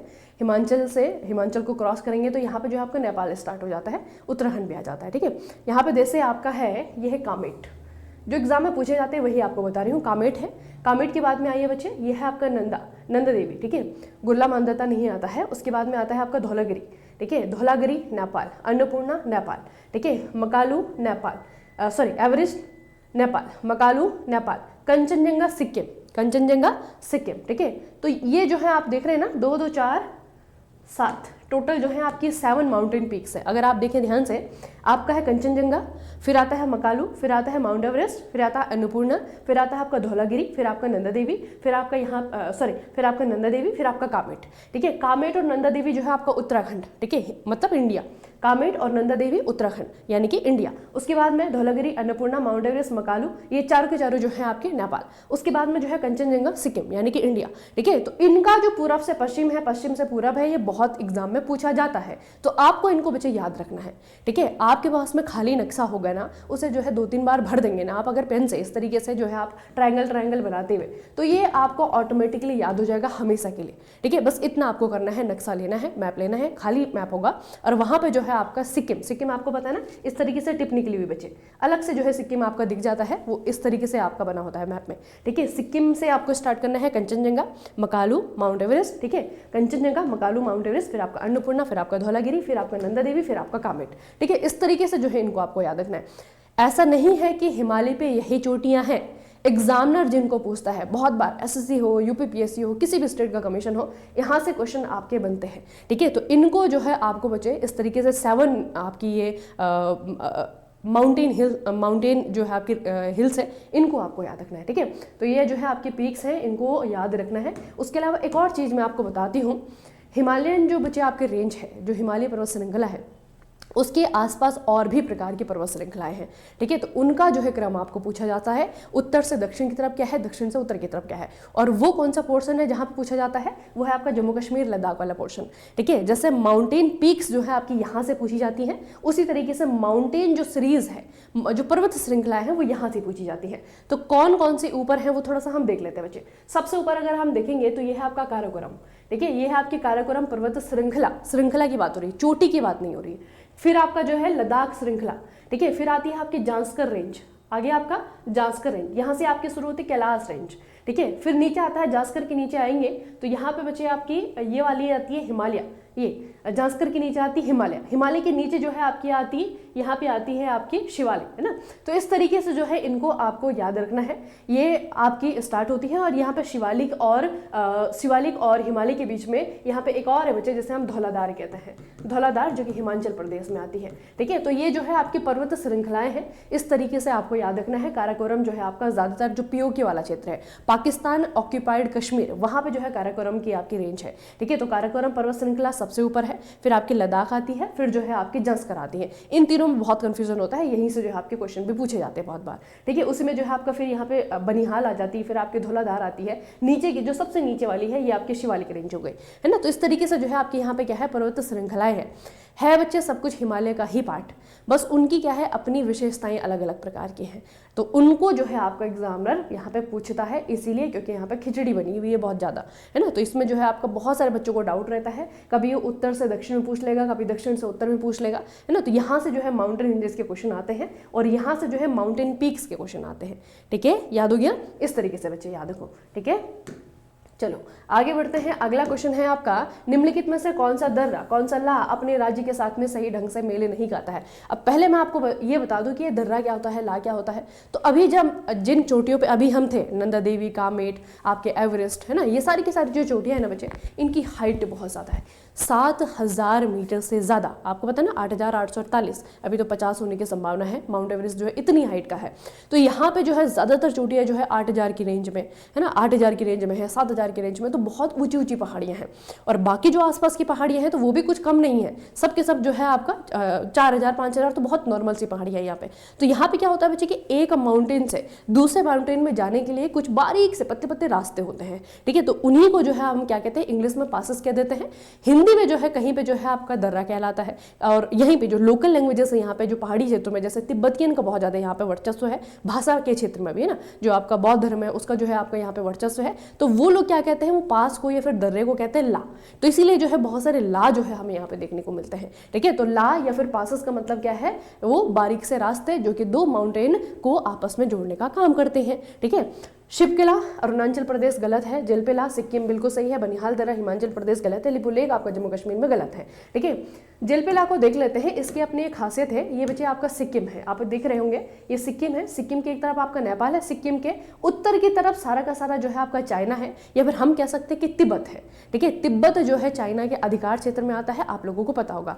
तो यहाँ पे एक माउंटेन पास है जो कि तिब्बत की कैपिटल लहासा, ठीक है, तिब्बत की कैपिटल है लहासा, ये तिब्बत की कैपिटल को कनेक्ट करता है, ठीक है। और कौन सा वाला है बच्चे, ये है आपका जलपेला, ठीक है। तो याद रखो ये जो आपका जलपेला है सिक्किम में, इसकी बहुत ही बड़ी खासियत है कि अगर सिक्किम से आपको सीधा लहासा जाना हो, तिब्बत की कैपिटल जाना हो, तो आप जो है इसी रास्ते से जा सकते हैं, जलपेला से होकर के, ठीक है। दूसरा है आपका जो कि अभी आपका खुला है, भारत सरकार ने खोला है, ये है आपका नाथुला पास। तो नाथुला पास भी अपने आप में काफ़ी इंपॉर्टेंट है। ये चाइना और भारत के बीच में जो गलवान झड़प हुई थी 2020-21 में, उसके बाद से इसे बंद कर दिया गया था और अभी जो है दोबारा से 2025 में खोलने के इसको आदेश आ गए हैं। दोनों ही गवर्नमेंट जो है इसको खोलना चाह रही है। तो नाथुला पास से जो है हम कहाँ जाएंगे, हम जाएंगे चाइना या फिर तिब्बत, है ना, हम चाइना या तिब्बत जाएंगे और यहाँ से जो है हमारी कंप्लीट होती है मानसरोवर यात्रा, ठीक है। याद रखो बच्चे, मानसरोवर यात्रा का एक रास्ता ये भी है आपका, और मानसरोवर यात्रा का या फिर कैलाश यात्रा का, जो कैलाश मानसरोवर यात्रा होती ना, उसके जो है दो रास्ते हैं इंडिया से तिब्बत जाने के, इंडिया से चाइना जाने के। एक है आपका नाथुला पास जो कि है आपका सिक्किम में, और दूसरा है हमारा लिपुलेख पास जो कि जम्मू कश्मीर में नहीं है, ये है आपका उत्तराखंड में, ठीक है, उत्तराखंड में। याद रखो बच्चे, ठीक है। लिपुलेख पास से भी हम कैलाश मानसरोवर की यात्रा कर सकते हैं, ये उत्तराखंड में है। और जो आपका शॉर्टकट रास्ता है वो है आपका नाथुला दर्रे से होकर के। तो नाथुला पास जो है अधिकतर बंद ही रहता है, इसलिए ज़्यादातर यात्री जो है आपके यहीं से जाते हैं, लिपुलेख पास से होकर के जाते हैं, ठीक है। तो याद रखो लिपुलेख पास जो है आपका उत्तराखंड में है, जो आपका नाथुला पास है ये आपका सिक्किम में है, ठीक है। और दोनों का काम है भारत को तिब्बत से जोड़ना या फिर भारत को चाइना से जोड़ना, ठीक है। ये हो गया। अब आता है आपका शिवकिला। शिवकिला जो है अरुणाचल प्रदेश में नहीं है, ये आपका है बच्चे हिमाचल प्रदेश में, ठीक है, ये है आपका हिमाचल में, हिमाचल और तिब्बत को जोड़ता है, ठीक है, शिपकिला। बनिहाल जो है हिमाचल प्रदेश में नहीं है, बनिहाल है आपका जम्मू कश्मीर में, ठीक है, ये जो है आपका जम्मू कश्मीर में है। जो जम्मू वाला क्षेत्र है उसको कश्मीर से जोड़ने के लिए आपका बनिहाल दर्रा काम करता है, ठीक है। तो जम्मू और कश्मीर, हमेशा हम इन दोनों जगहों का नाम एक साथ लेते हैं, लेकिन दोनों की ज्योग्राफी अगर आप देखेंगे तो जमीन आसमान का अंतर है बच्चे। कश्मीर बहुत ही खूबसूरत, बेहद खूबसूरत, जम्मू जो है इतना नहीं है, लेकिन आपका जम्मू जो है वो अलग ज्योग्राफी वाला क्षेत्र है, आपका जो कश्मीर है वो अलग ज्योग्राफी वाला क्षेत्र है। कश्मीर बेसिकली क्या है, बहुत सारी ऊंची ऊंची पहाड़ियों से जो है आपका घिर करके बना हुआ एक घाटी है, एक वैली जो है आपका कश्मीर है। तो उस वैली में घुसने के लिए जिस पास को हमें क्रॉस करना पड़ता है वो है आपका बनिहाल पास, ठीक है। तो बनिहाल दर्रा जो है आपका जम्मू और कश्मीर, ठीक है, दोनों अलग अलग क्षेत्र हैं, इन दोनों को जोड़ने के लिए जो है आपका काम करता है, ठीक है। तो ये भी बच्चे हमें याद रखना है, ठीक है। उसके अलावा अगला क्वेश्चन आता है आपका, निम्नलिखित में से कौन गंगा नदी के बाएं किनारे की सहायक नदी है। एक नक्शा मैं आपको दिखाती हूँ जिसमें कि दाएं बाएं सब कुछ आपको दिखा दूंगी, ठीक है, और ये आपको बस याद रखना है। पहले हम गंगा नदी को ड्रॉ कर लेते हैं बच्चे। ये है आपकी गंगा नदी, बिल्कुल डार्क ब्लू कलर की आपको दिख रही होगी, ठीक है, ये आपकी गंगा नदी है, चली गई आपकी मेघना बन करके बंगाल की खाड़ी में, ठीक है। अब गंगा नदी में कुछ आप नदियां देखेंगे तो उत्तर की तरफ से आ रही हैं, कुछ जो है आपके दक्षिण की तरफ से आ रही हैं, जैसे कि आपकी यमुना है, गंगा की सबसे बड़ी सहायक नदी, ठीक है, यमुना है। उसके बाद यमुना में आपके जो है चंबल है, बेतवा है, तमसा है, ये सारी की सारी है। सोन है आपकी यहाँ से, ठीक है। इस तरीके से जो है आपका गंगा में आपकी ये दाएं तरफ से जो है नदियां मिलती हैं। दाएं तरफ से जो है आपकी जो लास्ट नदी मिलती है वो है आपके सोन, ठीक है। उसके बाद बच्चे आपका गंगा जब वेस्ट बंगाल में जाती है तो गंगा की जो है एक डिस्ट्रीब्यूटरी है, एक होती ट्रिब्यूटरी जिसको ये सहायक नदी कहते हैं, एक होती है आपका डिस्ट्रीब्यूटरी जो कि नदी का पानी लेकर के जाती है, ज्यादा पानी लेकर के चली जाती है। तो गंगा की एक डिस्ट्रीब्यूटरी है, गंगा का जो है आपका दो हिस्सों में जो है आपका यहाँ से डिवाइड हो जाता है, ठीक है। तो एक हिस्सा जो है उसका गंगा के ही नाम से बांग्लादेश में एंटर कर जाता है, और दूसरा जो है आपका हुगली नाम से, ये आपका हुगली नदी, हुगली नाम से जो है आपका ये बंगाल की खाड़ी में गिर जाती है, ठीक है। तो सब ये जो है गंगा की सबसे बड़ी ट्रिब्यूटरी है यमुना नदी, और सबसे बड़ी डिस्ट्रीब्यूटरी है हुगली नदी, इन दोनों को याद रखना, ठीक है। उसके बाद बच्चे गंगा जब आपकी पहुंचती है बांग्लादेश में तो यहाँ पे जो है इसे कहा जाता है पद्मा। जैसे ही आपकी गंगा जाती है बांग्लादेश में वो लोग इसे कह देते हैं पद्मा। पद्मा जो है थोड़ा सा दूर चल करके पद्मा में एक और रिवर जो है आपके एंटर कर जाती है जिसे कहते हैं मेघना, जिसे हम यहाँ पे कहते हैं ब्रह्मपुत्र, ठीक है। तो इन दोनों को भी याद रखना, गंगा को बांग्लादेश में पद्मा कहा जाता है, ब्रह्मपुत्र को मेघना ब्रह्मपुत्र को जमुना कहा जाता है, ठीक है। और ये दोनों बच्चे आपस में जो नदी मिलकर के बनाती हैं, जो कि बाद में दुनिया का सबसे बड़ा डेल्टा बनाती है, जिसे हम मेघना कहते हैं, ठीक है। तो ये भी आपको याद रखना है, ये हो गई आपकी मेघना, ठीक है। तो इस तरीके से जो है आपकी ये कुछ चीजें हैं जो आपको गंगा के बारे में बेसिक से चीजें हैं वो याद रखनी है। और दाएं से जो आपकी ट्रिब्यूटरी है, जो बाएं से आने वाली ट्रिब्यूटरी है, उसको आप नेक्स्ट से भी याद कर सकते हैं। हाथ से जो है आपका जो इस तरीके से चार्ट बनता है ना, हाथ से जो आपका चार्ट बनता है उससे भी याद कर सकते हैं। जैसे भी आप जो है कंफर्ट है, जैसे भी आपको याद रहता है, इनको बच्चे याद करिए, है ना। बहुत ज़्यादा नहीं है आपकी, जो ज़्यादातर इंपॉर्टेंट है वो दाहिनी तरफ से जो नदियाँ मिलती हैं वो बहुत इंपॉर्टेंट है, ठीक है। तो जैसे आपका क्वेश्चन में पूछा हुआ कि निम्नलिखित में से कौन गंगा नदी के बाएं किनारे की सहायक नदी है। देखो सोन है, केन है, बेतवा है, ये तीनों तो आपके दाएं से जा रही हैं, ठीक है। गंडक जो है आपकी ये सहायक नदी है बच्चे गंगा की, और ये जाती है आपके बाएं से, ठीक है, याद रखना बच्चे, ठीक है। तो ये आपकी राइट बैंक ट्रिब्यूटरीज है गंडक को छोड़ करके। अगला क्वेश्चन है आपका, निम्नलिखित नदियों और उनके उद्गम पर विचार कीजिए। गोदावरी त्र्यंबकेश्वर से निकलती है, कृष्णा महाबलेश्वर से निकलती है, कावेरी आपके ब्रह्मगिरी पहाड़ियों से निकलती है। पहले तो तीनों ही नदियों में जो है आपकी एक चीज कॉमन है, वो ये कि ये नदियां जो है आपकी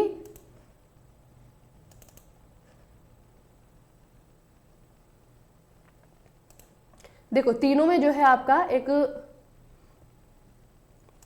तीनों में एक चीज कॉमन है, वो ये है बच्चे कि तीनों जो है पेनिनसुलर रिवर है, गोदावरी है, कृष्णा है, कावेरी है, तीनों ही जो है आपकी पेनिनसुलर रिवर है, ठीक है। और तीनों के बारे में जो है आपका सही है।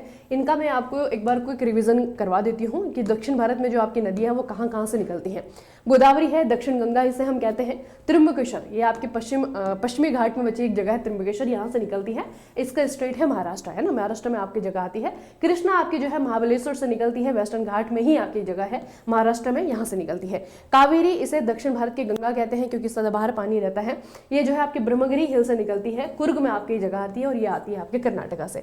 ठीक है, महानदी की बात करें बच्चे, ये आपकी शिवा माउंटेन से आती है, दंडकारण्य क्षेत्र से, छत्तीसगढ़ से। ठीक है, पेन्नार की बात करें नंदी हिल से आती है। ठीक है, और ये आती है कर्नाटका से। उसके बाद स्वर्ण रेखा है, स्वर्ण रेखा छोटा नागपुर पठार से निकलती है, झारखंड से। और वैगई नदी है, ये आपकी वसुंधरादु हिल से निकलती है, जो कि आपके तमिलनाडु में है। ठीक है, तो ऊपर की जो आपकी 3 नदियां हैं, ये तो बच्चे आपकी एवरग्रीन नदियां हैं एग्जाम में पूछने के लिए। कृष्णा है, कावेरी है, गोदावरी है ना, ये 3 तो आपको हमेशा ही याद रखनी है। 2 महाराष्ट्र से निकलती है, एक जो है आपकी कर्नाटका से निकलती है। दक्षिण भारत की सबसे लंबी नदी जो है आपकी गोदावरी है, जिसे हम इस कारण की वजह से दक्षिण गंगा भी कहते हैं, और दक्षिण भारत की गंगा कावेरी को कहते हैं, क्योंकि उसमें साल भर पानी रहता है। ठीक है, ये 3 तो आपके मोस्ट इंपॉर्टेंट है, इनके बारे में हमेशा चीजें याद रखिएगा। बाकी ये जो नदियां हैं ये भी जो है आपकी पूछी जाती हैं, इसलिए इनका ओरिजिन भी आपको याद रखना है। ठीक है, कौन सी नदी कहां से निकल रही है बच्चे, आपको याद रखना है। ठीक है, ठीक है, तो यहाँ से आगे बढ़ते हम, अगले क्वेश्चन देखते हैं। ये सारी के सारी पेनिनसुलर रिवर है, दक्षिण भारत की नदियां हैं, इंपॉर्टेंट रिवर। इनके हमेशा आपको ओरिजिन याद रखने हैं, ओरिजिन में पर्टिकुलर जगह भी याद रखनी है, और साथ में आपको वो स्टेट भी याद रखना है। अगला है आपका, अगला क्वेश्चन है, उत्तर पश्चिमी भारत, पंजाब और हरियाणा में सर्दियों की बारिश का कारण क्या है। इस बार आप लोगों ने देखा होगा 2025 में कुछ बच्चे घटनाएं, हर साल कुछ घटनाएं ऐसी होती हैं जो कि हाईलाइट होती है उस पूरे साल के लिए। इस बार 2025 में हमने बहुत सारी दुखद घटनाओं का सामना किया है ना, इंडिया नहीं पूरे वर्ल्ड में जो है आपकी बहुत सारी इस तरीके की घटनाएं हुई, जिसके कारण बहुत सारे रिलीजन में बहुत सारे लोगों ने 2025 को काला वर्ष घोषित कर दिया है ना। 2025 में ही अगर हम देखें तो हमारे यहाँ पे जो है आपका पहलगाम में जो आपका हमला हुआ है ना, आतंकवादी हमला हुआ, उसके अलावा जो है आपका जब बरसात आई तो बरसात के सीज़न में उत्तराखंड हो गया, आपका हिमाचल प्रदेश हो गया, पंजाब हो गया, इन सारे राज्यों ने इतने बहुत पुराने, अगर मैं कहूँ कि हिस्ट्री में है ना, बहुत पुराने सालों का रिकॉर्ड टूटते हुए जो है इन स्टेट ने देखा। पंजाब की हालत आप लोगों ने देखी है ना, तो ये वही से क्वेश्चन बच्चे आपका इंपॉर्टेंट है, आपको ये भी याद रखना है, इसका जो करंट रिलेशन है वो भी याद रखना है। ठीक है, और इसमें जो आपका क्वेश्चन पूछा गया, हालांकि वो स्टैटिक क्या है कि जो पंजाब और हरियाणा वाले स्टेट है, मतलब कि उत्तर भारत की बात हो रही है, उत्तर भारत में सर्दियों की जो बारिश होती है उसके पीछे रीज़न क्या है। ठीक है, इस बार भी जो पंजाब में बच्चे इतनी बड़ी मात्रा में हमने फ्लड देखा, जो नदियाँ सूखी रहती थी उनमें हमने बारिश देखी, उनमें हमने पानी देखा, और इतना पानी देखा कि वहाँ पर बाढ़ का सामना लोगों को करना पड़ा। ठीक है, इसमें जो है आपका बहुत ज़्यादा नुकसान भी हुआ स्टेट को। तो पंजाब में, हरियाणा में, उत्तर भारत में जो सर्दियों में बारिश होती है ना, वो होता है बच्चे आपका वेस्टर्न डिस्टर्बेंस के कारण। ठीक है, इसे कहते हैं हम पश्चिमी विक्षोभ, याद रखिएगा, इसे वेस्टर्न डिस्टर्बेंस कहा जाता है, पश्चिमी विक्षोभ कहा जाता है। और अगर हम इसकी कहानी देखें पूरी की पूरी कि ये घटना होती कैसे है और कैसे जो है 2025 में इस घटना के कारण, इस एक फिनोमिना के कारण भारत को जो है बहुत ज़्यादा नुकसान देखने को मिला। तो वैसे बच्चे एक्चुअल में होता क्या है, आमतौर पे जो आपका वेस्टर्न डिस्टर्बेंस है, ये जो आपका फिनोमिना है, ये जो घटना है, ये एक प्रकार की मानसूनी घटना है। ये हमें अधिकतर देखने को मिलती है सर्दियों के मौसम में। ठीक है, सर्दियों में मतलब हम लगा सकते हैं इसे कि जो आपका सितंबर का महीना है, ठीक है, सितंबर के लास्ट से जो है आपका ये फिनोमिना स्टार्ट होना शुरू हो जाता है, और उसके बाद जो है आपका सितंबर हो गया, अक्टूबर हो गया, नवंबर हो गया, दिसंबर हो गया, जो दूर दूर के स्टेट है वहाँ पे जो है आपका जनवरी के महीने में, फरवरी के महीने में जो है बारिश देखने को मिलती है।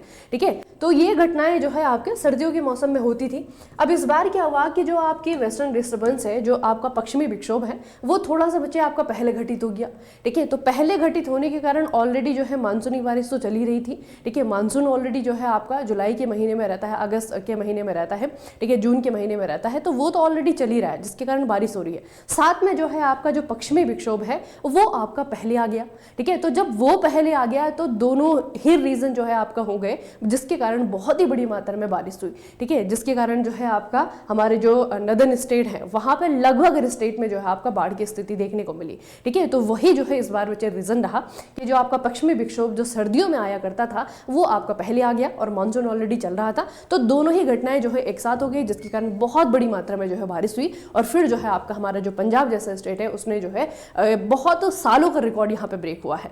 ठीक है, ठीक है। रावी नदी में जो है आपका बिल्कुल पानी नहीं होता था, वहां पे जो है बाढ़ की स्थिति बन गई है ना, बाढ़ आई उस नदी में, तो बहुत ज्यादा जो है रिकॉर्ड यहाँ पे ब्रेक हुए, ठीक है। और ये जो है आपके रीजन रहा इस बार का, वो है आपका पश्चिमी विक्षोभ, इसे आपको याद रखना है। अब थोड़ा सा इसकी कहानी देख लेते हैं कि ओरिजिन इसका क्या है। तो अगर हम पश्चिमी विक्षोभ के देखेंगे बच्चे, तो अगर नक्शा आपको दिख रहा है, ये आपका इंडिया है, ठीक है। ये इंडिया के जो है आपके नदर्न स्टेट है, नदर्न स्टेट में जो है आपका पंजाब आ जाता है, हरियाणा आ जाता है, यहाँ पे आपका थोड़ा सा यूपी का हिस्सा आ जाता है। तो उत्तरी भारत के जो आपके राज्य हैं, यहाँ पे क्या होता है सर्दियों के मौसम में एक समुद्री हवाएं, समुद्री विक्षोभ का मतलब क्या है बेसिकली, यहां से जो है बच्चे आपके समुद्री हवाएं जो है भारत की तरफ बहना स्टार्ट हो जाती हैं, उसी को कहा जाता है आपका विक्षोभ, ठीक है। तो यहाँ पे मेडिटेरियन सी है, भूमध्य सागर जिसे हम कहते हैं, भूमध्य सागर से जो है आपका ये हवाएं उठती हैं, और उसके बाद में जो है आपका यहाँ पे ये जो अरेबियन पेनिनसुला है ना, इसमें जो है आपका ये एंटर करती हैं। ईरान हो गया आपका, अफगानिस्तान हो गया, पाकिस्तान हो गया, यहाँ से होते हुए है ना, यहाँ से होते हुए जो है आपका ये पहुंचती है नदर्न इंडिया, उत्तर भारत, और यहाँ पे आकर के जो भी इनमें मॉइस्चर है वो जो है आपका बरसा देती है उत्तर भारत में, ठीक है। तो इस तरीके की घटना को, ये जो घटना है जो कि मेडिटेरियन सी से स्टार्ट हो रही है, उसे जो है पश्चिमी विक्षोभ कहा जाता है। इसे मैंने कहा कि करंट से रिलेट करो, तो करंट से कैसे रिलेट करेंगे, 2025 में जो हरियाणा, जो आपका पंजाब में आई बाढ़ है, उसके पीछे पीछे रीजन यही है, ठीक है। तो याद रखना कि जो हमारे उत्तर भारत में बारिश होती है उसके पीछे का रीजन क्या है बच्चे, पश्चिमी विक्षोभ होता है। और उसके अलावा ये थोड़ा सा याद रखना कि ये जो आपके पश्चिमी विक्षोभ के कारण होने वाली बारिश है, ये हमारे रबी की फसल के लिए बहुत इंपॉर्टेंट है।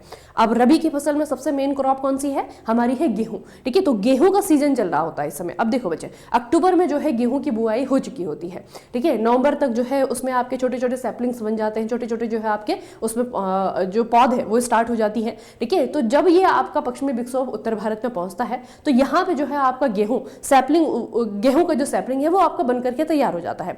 तो इस स्टेज में अगर उसे बारिश मिल जाए तो उसकी पैदावार जो है आपका बढ़ जाती है, उसकी प्रोडक्टिविटी बढ़ जाती है, ठीक है। तो रबी की फसल के लिए बहुत ही क्रूशियल होती है, बहुत ही इंपॉर्टेंट होती है। अगर इन मौसमों में जो है अगर बारिश हो जाए गेहूं के खेत में, तो उसकी प्रोडक्टिविटी जो है आपकी अच्छी हो जाती है। नहीं तो उसे फिर जो है आपका ह्यूमनली तरीके से, जैसे इंसान करते हैं ये सिंचाई, वैसे जो है इरिगेट करना पड़ता है, ठीक है। तो ये थोड़ा सा याद रखना है आपको। उसके अलावा जो है बच्चे आपका इसे महावत भी कहा जाता है, ठीक है। इसे क्या कहा जाता है, महावत भी कहा जाता है, क्योंकि काफी स्ट्रॉन्ग होती है ना, इसीलिए। अगला है, हाल ही के आंकड़ों में भारत में दालों का प्रोडक्शन सबसे ज्यादा कौन से स्टेट के द्वारा किया गया है, तो आपको याद रखना है मध्य प्रदेश, ठीक है। मध्य प्रदेश में जो है आपका दालों का प्रोडक्शन सबसे ज्यादा होता है। मध्य प्रदेश के बाद जो है आप दूसरे नंबर पर राजस्थान को देख सकते हैं, और फिर जो है आप तीसरे नंबर पे जो है आपका यूपी आ जाता है, ठीक है। तो ये जो है बच्चे आपका दालों की बात हो रही है, प्लसेस की बात हो रही है। अगला है आपका, एक तरफ माइंस दिए हुए हैं, दूसरी तरफ आपके मिनरल्स दिए हुए हैं, ठीक है। एक तरफ खनिज है और दूसरी तरफ जो है उन खनिजों को जिन खदानों से निकाला जाता है, उन खदानों के नाम है बेसिकली, ठीक है। तो यहाँ पे है आपका कॉपर है, आयरन ओर है, कोल है, बॉक्साइट है, बेलाडीला है, आपका मलंज खंड है, आपका जो है कोरापुट है, और आपका झरिया है, ठीक है। तो देखो दो चीजें तो जो है अभी आप लोगों ने पढ़ी, मैंने आपको बताया कि खेतड़ी के बारे में। जो खेतड़ी के खाने हैं बच्चे, वो आपका बहुत ही फेमस है, किस चीज के लिए, ये है आपकी कॉपर के लिए ना। कहाँ पे है ये है आपकी, ये आपकी बहुत फेमस है, और है कहाँ पे, ये है आपकी राजस्थान में, ठीक है। तो अब जो है अलग अलग मिनरल्स हैं आपके, जैसे कि कॉपर दिया हुआ है। कॉपर के बारे में ऑलरेडी मैंने आपको बताया था कि कॉपर का जो प्रोडक्शन है वो सबसे ज्यादा होता है मध्य प्रदेश के अंदर, ठीक है। मध्य प्रदेश में जिस जगह पे बच्चे आपका फेमस है कॉपर के लिए, वो है आपका मलंजगढ़, ठीक है। इस जगह का नाम आपको याद रखना है, ये आपका कॉपर के लिए फेमस है, ठीक है। तो बी का हो जाता है आपका वन। अब बी के वन में अगर आप देखेंगे, अगर आपको एक भी जगह मालूम है बच्चे, तो बी के वन में जो है आपका एक ही ऑप्शन आता है, वो है आपका ऑप्शन नंबर ए। अगर आप ध्यान से देख रहे हैं तो बेलाडीला जो है आपका, ये है आयरन ओर के लिए, ठीक है। बेलाडीला जो है बच्चे छत्तीसगढ़ में है, ये है आपका आयरन ओर के लिए, ठीक है। आपका जो मलंजगढ़ है मध्य प्रदेश में, ये कॉपर के लिए है, ठीक है। कोरापुट जो है आपका ये बॉक्साइट के लिए है, और झरिया जो है आपका कोयले के लिए है, कोल के लिए, ठीक है। तो ऑप्शन नंबर ए जो है आपका राइट ऑप्शन है। अब कुछ इंपॉर्टेंट मिनरल मैं अपने देश में आपको बताती हूँ कि कहाँ कहाँ पे जो है इनका प्रोडक्शन होता है, ये पर कहाँ कहाँ पे इनके रिजर्व पाए जाते हैं। कॉपर का हमने ऑलरेडी देख लिया, ठीक है। आज के इस सेशन से जो है आपको कॉपर के बारे में क्लियरिटी आएगा, ठीक है। आपको जो है आयरन ओर के बारे में क्लियरिटी आएगी, और आपके जो है कोल के बारे में, कोयले के बारे में जो है क्लियरिटी आ जाएगी कि भारत में कौन कौन सी जगहों पे इन मिनरल को जो है आपका देखा जा सकता है, या फिर कौन सी जगह पे ये मिनरल आपके पाए जाते हैं। यहाँ पे देखो बच्चे, अब यहाँ पे सबसे पहले हम आयरन ओर की ही बात करते हैं। आयरन ओर की जो आपकी माइंस है वो ज्यादातर आपको कहाँ पे देखने को मिलेंगी। सबसे पहले जो आपका पहला बेल्ट आता है वो है आपका ओडिशा झारखंड वाली बेल्ट, यहाँ पे जो है आपका आयरन ओर देखने को मिलता है, ठीक है। ओडिशा झारखंड वाला। दूसरा जो आपका बेल्ट है वो है आपका दुर्ग बस्तर चंद्रपुर वाला बेल्ट। बस्तर जो है आपका ये आता है बच्चे यहाँ पे छत्तीसगढ़ वाला, चंद्रपुर, दुर्ग और आपका बेलाडीला। बेलाडीला के जो खाने हैं वो फेमस है आपके किसके लिए, आयरन के लिए ना, ये आपके छत्तीसगढ़ में है। तो ये वाला क्षेत्र, ये वाली बेल्ट जो है आपकी दूसरी आती है।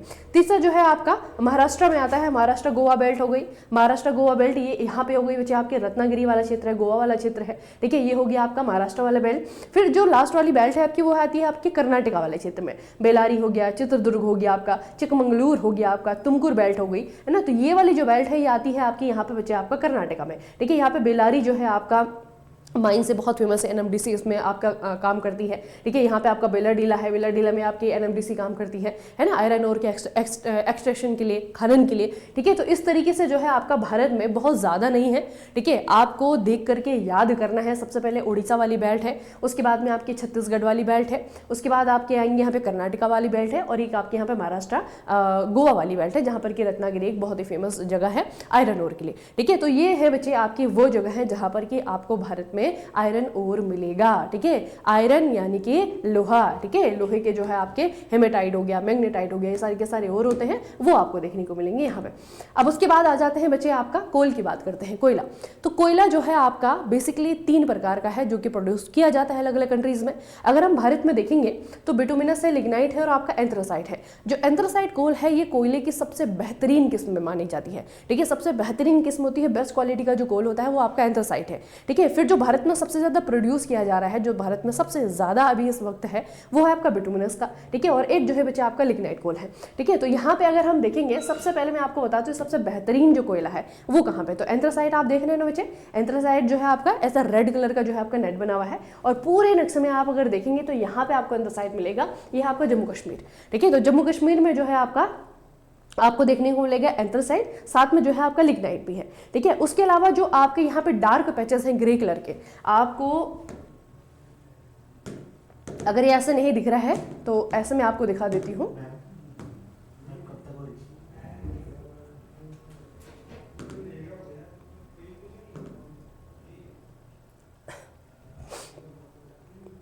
ये देखो, ये जो आपके डार्क पैचेस हैं ये जो है बच्चे आपका क्या है, यहाँ पे कोल है, ठीक है। यहाँ पे जो है आपका कोयला है।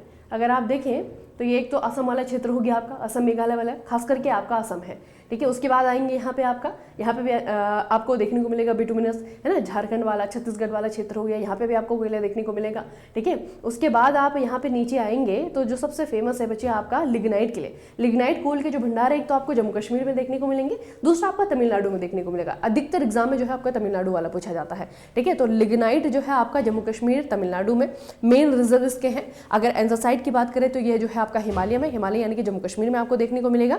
और उसके बाद जो है आपका जो सबसे ज्यादा मात्रा में भारत में वो है आपका बिटुमिनस, ठीक है। तो वो आपको याद रखना है कि बिटुमिनस जो है आपका एक तो ये छत्तीसगढ़ वाली, ये वाली आपकी बेल्ट है, आंध्र वाली जो बेल्ट है, ठीक है। दूसरा जो है आपका यहाँ पे अगर देखेंगे उड़ीसा हो गया आपका पूरा का पूरा, यहाँ पे आपका उड़ीसा के साथ में आपका छत्तीसगढ़ हो गया, वेस्ट बंगाल हो गया, सब जगह जो है आपको कोयला देखने को मिलेगा, ठीक है। और अगर नॉर्थ ईस्ट में जाएंगे तो नॉर्थ ईस्ट में जो है आपको असम में कोयला देखने को मिलेगा, ठीक है। तो इस तरीके से जो है बच्चे आपके कोल के रिजर्व है इंडिया के अंदर, ठीक है। उसके बाद जो है आपका कॉपर तो मैंने आपको पहले ही बता दिया था।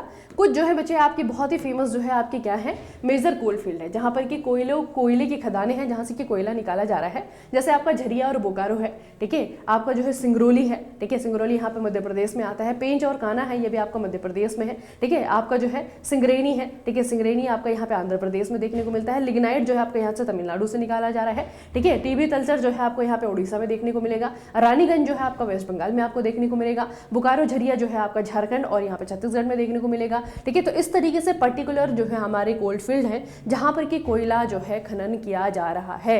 इन जगहों को आपको याद रखना है, कैसे भी आपको उल्टा सुल्टा करके क्वेश्चन पूछा जा सकता है, आपको तैयार रहना है बस आंसर करने के लिए, ठीक है। और आंसर कैसे कर पाएंगे, जब कॉन्सेप्ट क्लियर होगा, जब आपका फैक्ट क्लियर होगा, ठीक है। अगला बच्चे, भारत के निम्नलिखित तटों को उत्तर से दक्षिण की ओर व्यवस्थित करें। अब देखिए, इंडियन कोस्ट, इंडिया में अगर हम भारत का नक्शा अगर आपके दिमाग में है बच्चे, तो कैसे बनाते हैं हम? इस तरीके से जो है भारत का जो दक्षिण वाला हिस्सा है उसे हम ट्रायंगुलर शेप में बनाते हैं। ठीक है, ट्रायंगुलर शेप में क्योंकि है इसीलिए ट्रायंगुलर शेप में बनाते हैं। ये जो आपका हिस्सा है बच्चे, ये इधर की तरफ जो है आपका पानी है, इधर की तरफ जो है आपका पानी है और नीचे की तरफ भी आपका पानी है।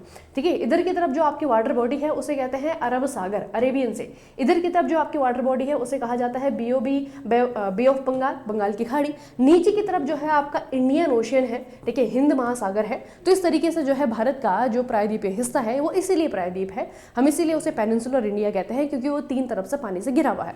अब जब कोई भी जगह जो है समुद्र से घिरी हुई हो तो उसके जो है आपके किनारे होते हैं, उन्हीं किनारे को जो हम बीचेस कहते हैं, है ना, कोस्ट कहा जाता है, बीच कहा जाता है, उन्हीं को तट कहते हैं हिंदी में। ठीक है, तो भारत के जो है आपके 2 तट हैं। एक तरफ जो है आपका ये वाला है, इसे कहते हैं हम पश्चिमी तट। ठीक है, ये वाला जो तट है इसे कहेंगे हम पूर्वी तट। ठीक है, तो ये जो पश्चिमी तट है, पूर्वी तट है, इनमें भी जो है आपके छोटे बड़े जो है हमने क्या किया हुआ है, इनकी कैटेगराइज किया हुआ है। ठीक है, कैटेगरी करके मतलब नाम रखा हुआ है इनका। जैसे यहाँ पे आप देख रहे हैं ना, कोंकण कोस्ट कहाँ से कहाँ है, मालाबार कोस्ट कहाँ है, आपका कन्नड़ा कोस्ट कहाँ पे है। ठीक है, तो इनको जो है एक क्लियर मैप में आपको हमेशा ही बच्चे याद रखना है। देखो इस तरीके से होता है आपका। ठीक है, भारत को 2 हिस्सों में आप डिवाइड करेंगे, एक तरफ आपके जो है वेस्टर्न कोस्ट आ जाएंगे, एक तरफ आपके ईस्टर्न कोस्ट आ जाएंगे। पहले वेस्टर्न कोस्ट को हम देखेंगे। पहले आपका मालाबार कोस्ट है बच्चे। ठीक है, मालाबार कोस्ट जो है आपका ये डिनोट करता है आपका केरला के कोस्ट को। ठीक है, ये है आपका केरला, ये है आपका केरला के कोस्ट को। ठीक है, उसके बाद जो है आपका कोंकण कोस्ट है। कोंकण कोस्ट आपका महाराष्ट्र से स्टार्ट होता है और आपका जो है गोवा बचे, है ना, मेनली जो है आपका गोवा तक ही होता है क्योंकि अभी जो है हम जो कर्नाटका का कोस्ट है उसे हम कन्नड़ कोस्ट कहते हैं। क्या कहा जाता है? कन्नड़ कोस्ट कहते हैं कर्नाटका के कोस्ट को। ठीक है, उसके बाद उत्तर देखें, यहाँ पे देखेंगे तो गुजरात भी जो है आपका अरब सागर से घिरा हुआ है, उसके साथ में जो है आपका समुद्री तटरेखा बनाता है। सबसे लंबी समुद्री तटरेखा वाला राज्य हमारा गुजरात। ठीक है, यहाँ पे भी आपको जो है देखने को मिलेंगे, जैसे यहाँ पे कच्छ का तट है, यहाँ पे जो है आपका काठियावाड़ तट कहते हैं इसे। ठीक है, और ये वाला जो हिस्सा है इसे जो है गुजरात प्लेन कहा जाता है ना। तो इस तरीके से जो है इसके भी अपने अपने हिस्सों के नाम है। उसके बाद आ जाएंगे इधर की तरफ, यानी कि हमारा जो ईस्टर्न कोस्ट है। ईस्टर्न कोस्ट में बच्चे आपका आता है आपका कोरोमंडल। कोरोमंडल जो है हम स्पेसिफिकली इस्तेमाल करते हैं तमिलनाडु के। ठीक है, तमिलनाडु का जो कोस्ट है उसे जो है हम कोरोमंडल कह करके बुलाते हैं।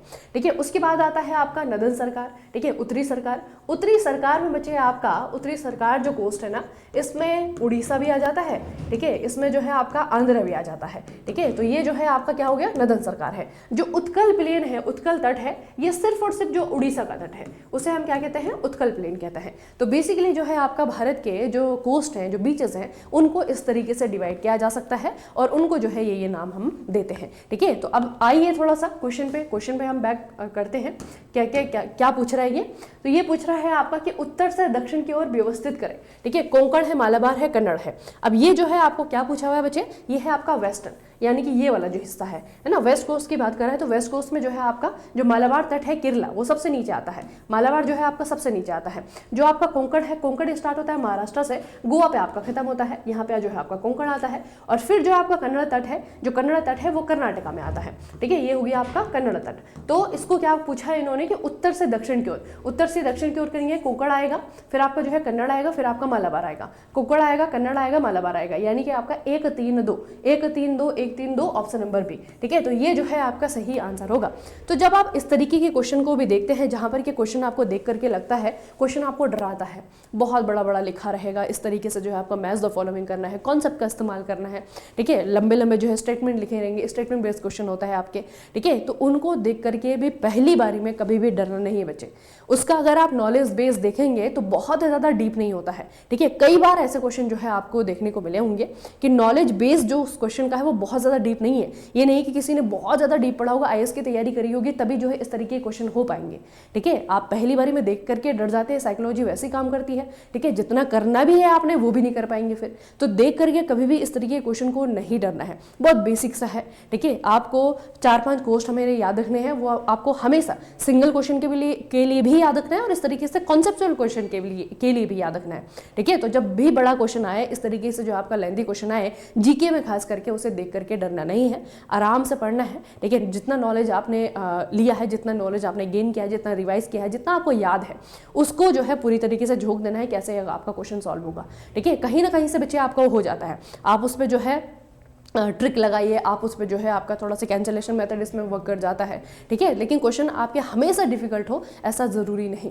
तो हमेशा जो है आपका इस तरीके के क्वेश्चन जब आए तो थोड़ा सा पहले जो है आपका लंबी गहरी सांस लेनी है और उसके बाद में आराम से जो है उसे एक बार रीड कर लेना है। देख करके ही पहले नहीं अपने दिमाग में ये धारणा बना लेनी है कि अगर ये बड़ा क्वेश्चन है तो ये टफ ही होगा, मैंने तो बहुत ज़्यादा नहीं पढ़ा हुआ तो मैं इसे कर ही नहीं पाऊंगा, ऐसा नहीं होता है, ठीक है। तो पढ़ना है पहले और उसके बाद में जो है सॉल्व करने की कोशिश करनी है। अगले क्वेश्चन पे आते हैं। अगला क्वेश्चन क्या पूछ रहा है आपको, निम्नलिखित में से कौन सा चैनल पास लक्षद्वीप समूह को मालदीव से अलग करता है। अब देखो इसकी पूरी कहानी मैंने आपको बता दी है, 8 की, 9 की, 10 की, डेक्कन पास भी आपको बता दिया है ना, ये सारी की सारी चीज़ें बच्चे मैंने आपको बता दी है। तो यहाँ पे आपका क्या पूछा हुआ है कि मालदीव, ठीक है, मालदीव को लक्षद्वीप से अलग करने वाला जो आपका चैनल है ये है आपका 8 डिग्री चैनल, ठीक है। 8 डिग्री चैनल याद रखना, मालदीव और किसे अलग करता है, मालदीव और लक्षद्वीप को अलग करता है। और यही क्वेश्चन जो है दूसरी भाषा में भी आपको पूछ सकता है। क्या पूछेगा, आपको पूछेगा कि जो आपका मालदीव है, ठीक है, जो मालदीव है जो कि हमारा पड़ोसी देश है, इसको और आपका मिनिकॉय इन दोनों को कौन अलग करता है, ठीक है। अब आप कहेंगे तो पढ़ा ही नहीं हमने, ठीक है। तो मालदीव और मिनिकॉय को भी आपका 8 डिग्री चैनल ही अलग करेगा, क्योंकि जो आपका मिनिकॉय है वो लक्षद्वीप का ही पार्ट है, ठीक है, लक्षद्वीप का ही एक द्वीप है मिनिकॉय। तो मिनिकॉय और मालदीव को अलग करता है 8 डिग्री चैनल, ये भी बात आपकी सही है। और लक्षद्वीप और मालदीव को अलग करता है 8 डिग्री चैनल, ये भी बात आपकी सही है, ठीक है। तो ये होता है आपका कॉन्सेप्ट। तो ये बच्चे आपको याद रखना है ना, ऑलरेडी हमने ये चीज़ें पढ़ ली हैं, तो आप जो है इसे आराम से कर सकते हैं। अगला बना है आपका डैम प्रोजेक्ट। नदियों पर खूब सारे डैम बनाए गए हमारे देश में, ठीक है, इलेक्ट्रिसिटी जनरेट करने के लिए, इरिगेशन के लिए, मल्टीपर्पज़ के लिए जो है इनको बनाया जाता है। तो यहाँ पे जो है एक तरफ आपके डैम दिए हुए, दूसरी तरफ जो है आपकी रिवर्स दी हुई है। कोई प्रोजेक्ट है आपका हीराकुंड है, आपका टिहरी है, आपका नागार्जुन सागर है। अब देखिए बच्चे, हीराकुंड है, हीराकुंड के बारे में आप लोग एक क्वेश्चन इन जर्नल पढ़ लेते हैं कि भारत का सबसे लंबा डैम कौन सा है।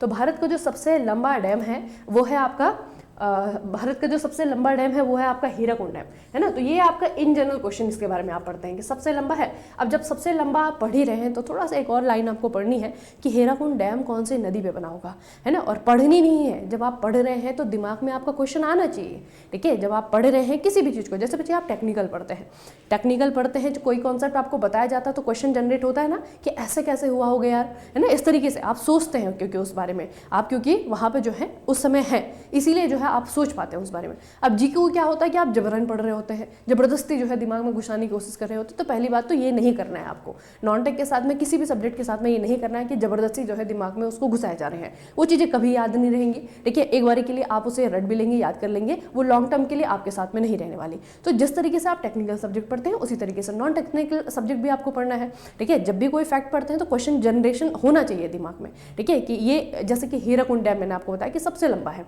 ठीक है। दूसरा ही क्वेश्चन जो है दिमाग में क्या आता है कि कौन सी नदी पे होगा यार, क्योंकि डैम तो नदी पे बनते हैं, ठीक है। वो नदी कहाँ पे बहती होगी, कौन से स्टेट में बहती होगी, कहाँ से निकलती होगी, कहाँ को जाती होगी, ये सारे के सारे क्वेश्चन आते हैं दिमाग में, ठीक है। तो जब वो क्वेश्चन आपके दिमाग में आएंगे और फिर आप उनका आंसर ढूंढेंगे तो आंसर आपको हमेशा याद रहेगा, ठीक है। तो हीराकुंड डैम जो है हमारे देश का सबसे लंबा डैम है, ठीक है। और ये बच्चे आपका किस पे बनता है, महानदी पे। महानदी जो है आपकी बहुत बड़ी नदी है उड़ीसा के लिए, ठीक है। उड़ीसा के लिए जो है जीवनदायिनी नदी है ये महानदी, ठीक है। तो हीराकुंड जो है आपका महानदी। अब देखो एक हमको पता लग गया, ये है बच्चे आपका option number B. Option number B का हो गया 1, बी का 1, बी का 1, बी का 1, बी का 1, अच्छा 2 में है, यहाँ भी आपका बी का 1 है, यहाँ भी आपका बी का 1 है, ठीक है। चलो अब हमारे 2 जो है एलिमिनेट हो गए, बी भी नहीं है, सी भी नहीं है आंसर, ठीक है। अब आ जाते हैं आपका कि दूसरा जो है यहाँ पे आपके इंपॉर्टेंट इन्होंने डैम दिया हुआ है, फिर आसान में कहूँगी, आसाम जो डैम है वो है आपका बच्चे टिहरी डैम। अब टिहरी डैम क्यों आसान है, क्योंकि टिहरी डैम भी अपने आप में एक रिकॉर्ड होल्ड करता है बच्चे। भारत में सबसे ऊंचाई पर बना हुआ डैम है, ठीक है। भारत में सबसे ऊंचा डैम है ये, ठीक है। और ये जो है आपका हिमालय में बना हुआ डैम है, ठीक है। आप अगर देखें हमारी जो नदियां हैं जिनमें ज़्यादा पानी है, जिनमें डैम बनाने की कैपेसिटी ज़्यादा है, वो हिमालय से निकलती हैं। गंगा पे देखो कितने सारे डैम हैं उत्तराखंड में, है ना। आपका जो है यमुना पर डैम बने हुए हैं आपके उत्तराखंड में। इन दोनों नदियों की जो सहायक नदियाँ उन पर बहुत सारे डैम बने हुए हैं उत्तराखंड में। हिमाचल में आपके डैम बने हुए हैं सतलज नदी पे, बाकी नदियों पर, ठीक है। तो ये जो नदियों पर आप जम्मू कश्मीर में जाइए, वहाँ पर जो है आपके डैम बने हुए हैं नदियों पर। तो हिमालयन रिवर में जो है आपका पानी ज़्यादा रहता है, इसीलिए जो है इनमें डैम बनने के जो चांसेस है वो भी ज़्यादा रहते हैं। ज़्यादा डैम जो है आपको इधर की तरफ देखने को मिलेंगे, ठीक है।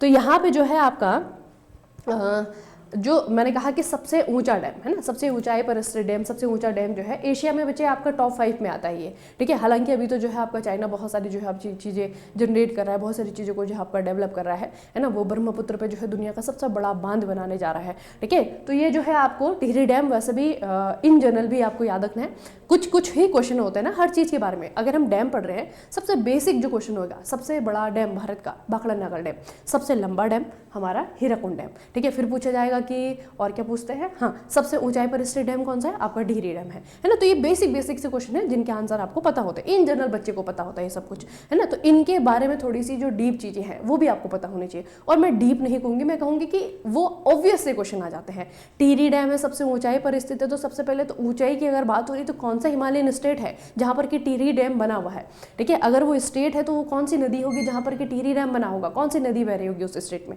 तो टिहरी डैम जो है आपका ये है उत्तराखंड में, और उत्तराखंड में जो है नदी बहती है भागीरथी। अब देखो बच्चे, टिहरी डैम जो है आपका, इसकी मैं आपको पूरी बात बता देती हूँ। ये है आपका उत्तराखंड में, ठीक है, उत्तराखंड में है। अब उत्तराखंड इसलिए भी इस पर फोकस कर रही हूँ क्योंकि आप यूपीपीएससी पॉली लेक्चर के दे रहे हैं, एग्जाम दे रहे हैं, तो यूपी और उत्तराखंड का भी आपका सेम हुआ करता था, ठीक है। और टिहरी डैम आपके लिए इसलिए इंपॉर्टेंट है क्योंकि जब टिहरी डैम का निर्माण स्टार्ट हुआ था ना, तो यूपी की ही सरकार ने करा था। तब तक उत्तर प्रदेश और उत्तराखंड आपके अलग नहीं हुए थे, ठीक है। तो उस समय का जो है आपका परियोजना बच्चे शुरुआत हो गई थी। अभी तो खैर ये आपका आ गया है, उत्तराखंड सरकार अभी जो है टीएसडीसी बन गया है अलग सा, है ना। वो आपका स्पेशली जो है डैम के ही चीज़ों को देखता है, उसको मैनेज करने का काम करता है।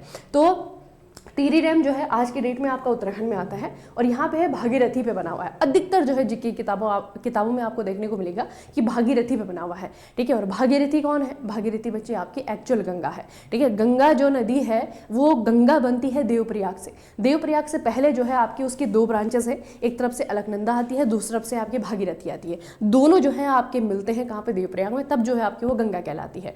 तो भागीरथी जहाँ से आ रही है, बीच में ही उस पर डैम बना दिया है जिसका नाम है टिहरी डैम। टिहरी बेसिकली यहाँ पे एक प्लेस था जिसका नाम था टिहरी, ठीक है। तो वहाँ पे जो है आपका डैम बना है।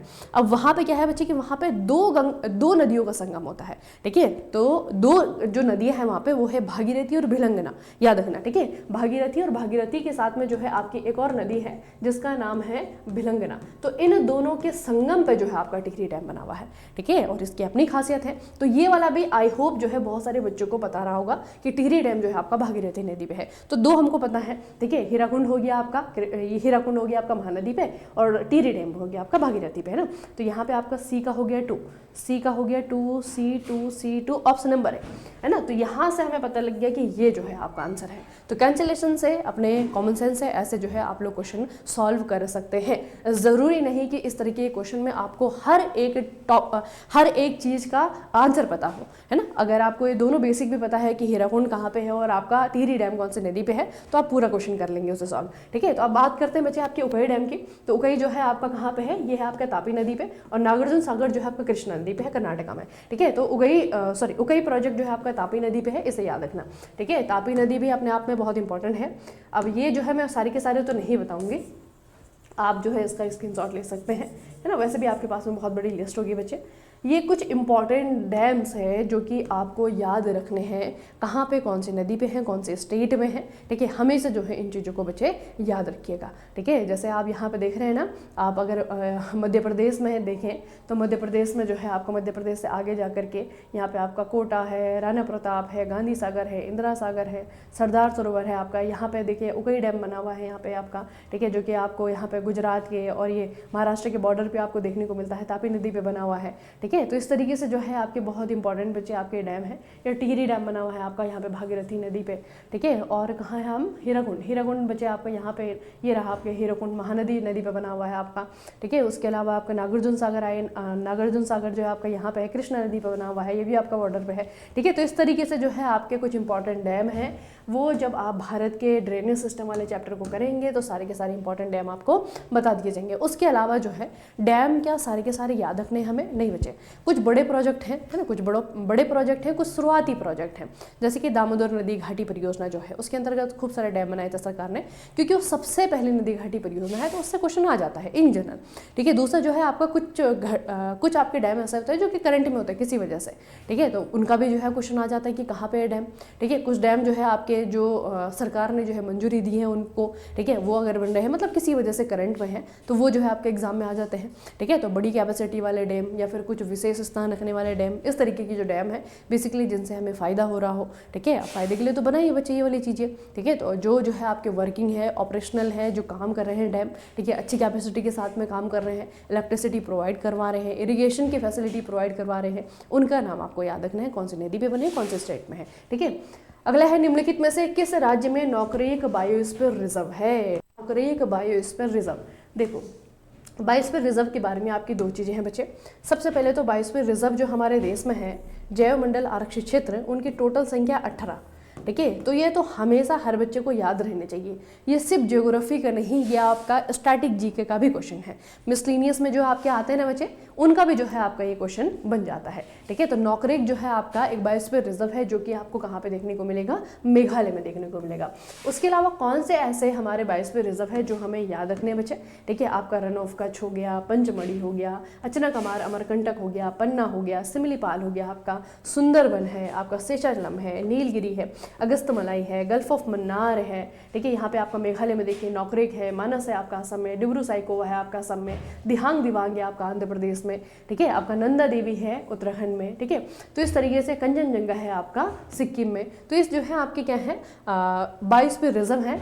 नीलगिरी है आपका, जो कि सबसे पहले बना था, first biosphere reserve of India is Nilgiri. ठीक है, और नौकरेक बायोस्फीयर रिजर्व जो है आपका मेघालय में है। अब थोड़ा सा ये तो स्टैटिक की बात हो गई, एक मैं आपको करंट की चीज़ बताती हूँ बच्चे, जो कि आपको याद रखनी है। ठीक है, करंट अफेयर में भी आपका आएगा, और दूसरा जो है आपका ये स्टैटिक का पोर्शन भी आप बन गया, क्योंकि आज जो करंट है कल का वो इतिहास है ना। आज का जो करंट है कल जो है आप दूसरे दिन में एंटर हो जाएंगे, वो हिस्ट्री बन जाएगी। तो India's 13 UNESCO recognised biosphere reserve. अब बच्चे इसमें करंट की बात क्या है कि भारत में 12 बायोस्फीयर रिजर्व ऐसे थे पहले, जिनको कि यूनेस्को क्या करता है कि जितने भी बायोस्फीयर रिजर्व है ना दुनिया भर में, उनका जो है एक नेटवर्क क्रिएट करता है। ठीक है, तो उसी नेटवर्क में भारत के जो है आपके 12 बायोस्फीयर रिजर्व आते थे। अभी हाल ही में भारत सरकार यूनेस्को की तरफ से भारत का 13वां, ठीक है, 13th बायोस्फीयर रिजर्व जो है आपका, जो 13वें नंबर का बायोस्फीयर रिजर्व है, उसको भी सूचित कर दिया है, या फिर उसको भी जो है उस नेटवर्क में ले लिया है। ठीक है, तो कौन सा वाला है वो है बच्चे आपका यहाँ पे हिमाचल प्रदेश में, जैसे हम कहते हैं कोल्ड डेजर्ट। ठीक है, कोल्ड डेजर्ट जो आपका बायोस्फीयर रिजर्व है हिमाचल प्रदेश में। ठीक है, लाहौल स्पीति वाला जो क्षेत्र है, ठीक है, उसको जो है आपका यहाँ पे क्या कर दिया गया है, यूनेस्को के रिकॉग्नाइज बायोस्फीयर रिजर्व नेटवर्क में शामिल कर दिया गया है। अब आप पूछेंगे कि और कौन से 13 ऐसे बायोस्फीयर रिजर्व है जिनको कि यूनेस्को के इस नेटवर्क में शामिल किया गया है। ठीक है, तो आपका है बच्चे नीलगिरी, आपका नंदा देवी है, आपका नौकरेक है, आपका यूनेस्को है, आपका ग्रेट निकोबार है, आपका गल्फ ऑफ मन्नार है, आपका मानस है, सुंदरबन है, सिमलीपाल है, अचनाकमार अमरकंटक है, अगस्तमलाई है, आपका कंचनजंगा है, आपका पन्ना है, आपका कोल्ड डेजर्ट है, जो कि अभी रिसेंटली ऐड हुआ है 2025 में। तो ये जो है आपका करंट अफेयर है। ठीक है, इसको याद रखना। कोल्ड डेजर्ट जो है आपका हिमाचल प्रदेश में, हिमाचल प्रदेश ज़्यादातर आप कहेंगे कि यहाँ पे कोल्ड डेजर्ट कहाँ पे है, तो जिस वजह से लद्दाख है ना आपका कोल्ड डेजर्ट, उसी तरीके से जो है आपका हिमाचल प्रदेश का जो उत्तरी हिस्सा है, जिसको हम स्पीति कहते हैं, वहाँ पे जो है स्पीति वैली कहा जाता है, वो जो है आपका कोल्ड डेजर्ट है। ठीक है, तो वो वाला क्षेत्र जो है आपका इंक्लूड किया गया है इस नेटवर्क में अभी 2025 में। ठीक है, तो भारत के अपने जो बायोस्फीयर रिजर्व है वो 18 हैं, और जो यूनेस्को रिकॉग्नाइज है वो 13 हैं। तो 13वां जो है आपका अभी हाल ही में इस नेटवर्क में जुड़ा है, इसका नाम आपको याद रखना है।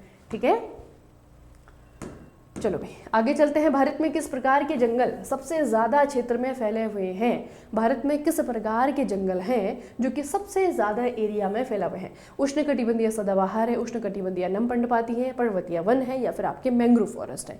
ठीक है, कौन से प्रकार के ऐसे जंगल हैं जो कि सबसे ज़्यादा भाग में फैले हुए हैं। मैं आपको मैप दिखाती हूँ बच्चे। ठीक है, मैप में आपको दिख रहा होगा, थोड़ा सा मैं आपको जूम करवा दूँ। विजुअलाइज अगर चीज़ों को कर देते हैं ना आप एक बार, तो काफ़ी लंबे समय तक आपके दिमाग में रहती है। तो जब भी नक्शा आपको दिखाया जाता है तो आंखें खोल करके इसको देख लेना है बच्चे। ठीक है, अब यहाँ पे देखो येलो वाला जो पार्ट है आपको दिख रहा होगा, येलो वाला पार्ट जो है सबसे ज़्यादा जगह में है ना। जो आपको येलो वाला पार्ट दिख रहा है ना बच्चे, ये आपका सबसे ज़्यादा जगह में है। जो डार्किश येलो है ये वाला, ये देखो यहाँ भी है, यहाँ भी है, ये वाला है, ये वाला है, ये देखिए, है ना। तो येलो वाला जो पार्ट है वो सबसे ज़्यादा है, मतलब ये जंगल भारत में सबसे ज़्यादा है, ठीक है। ये वाले जंगल जो है आपके सबसे ज़्यादा है। तो ये वाले जंगल कौन से हैं? ट्रॉपिकल, ड्राई, डिसीडियस, ठीक है।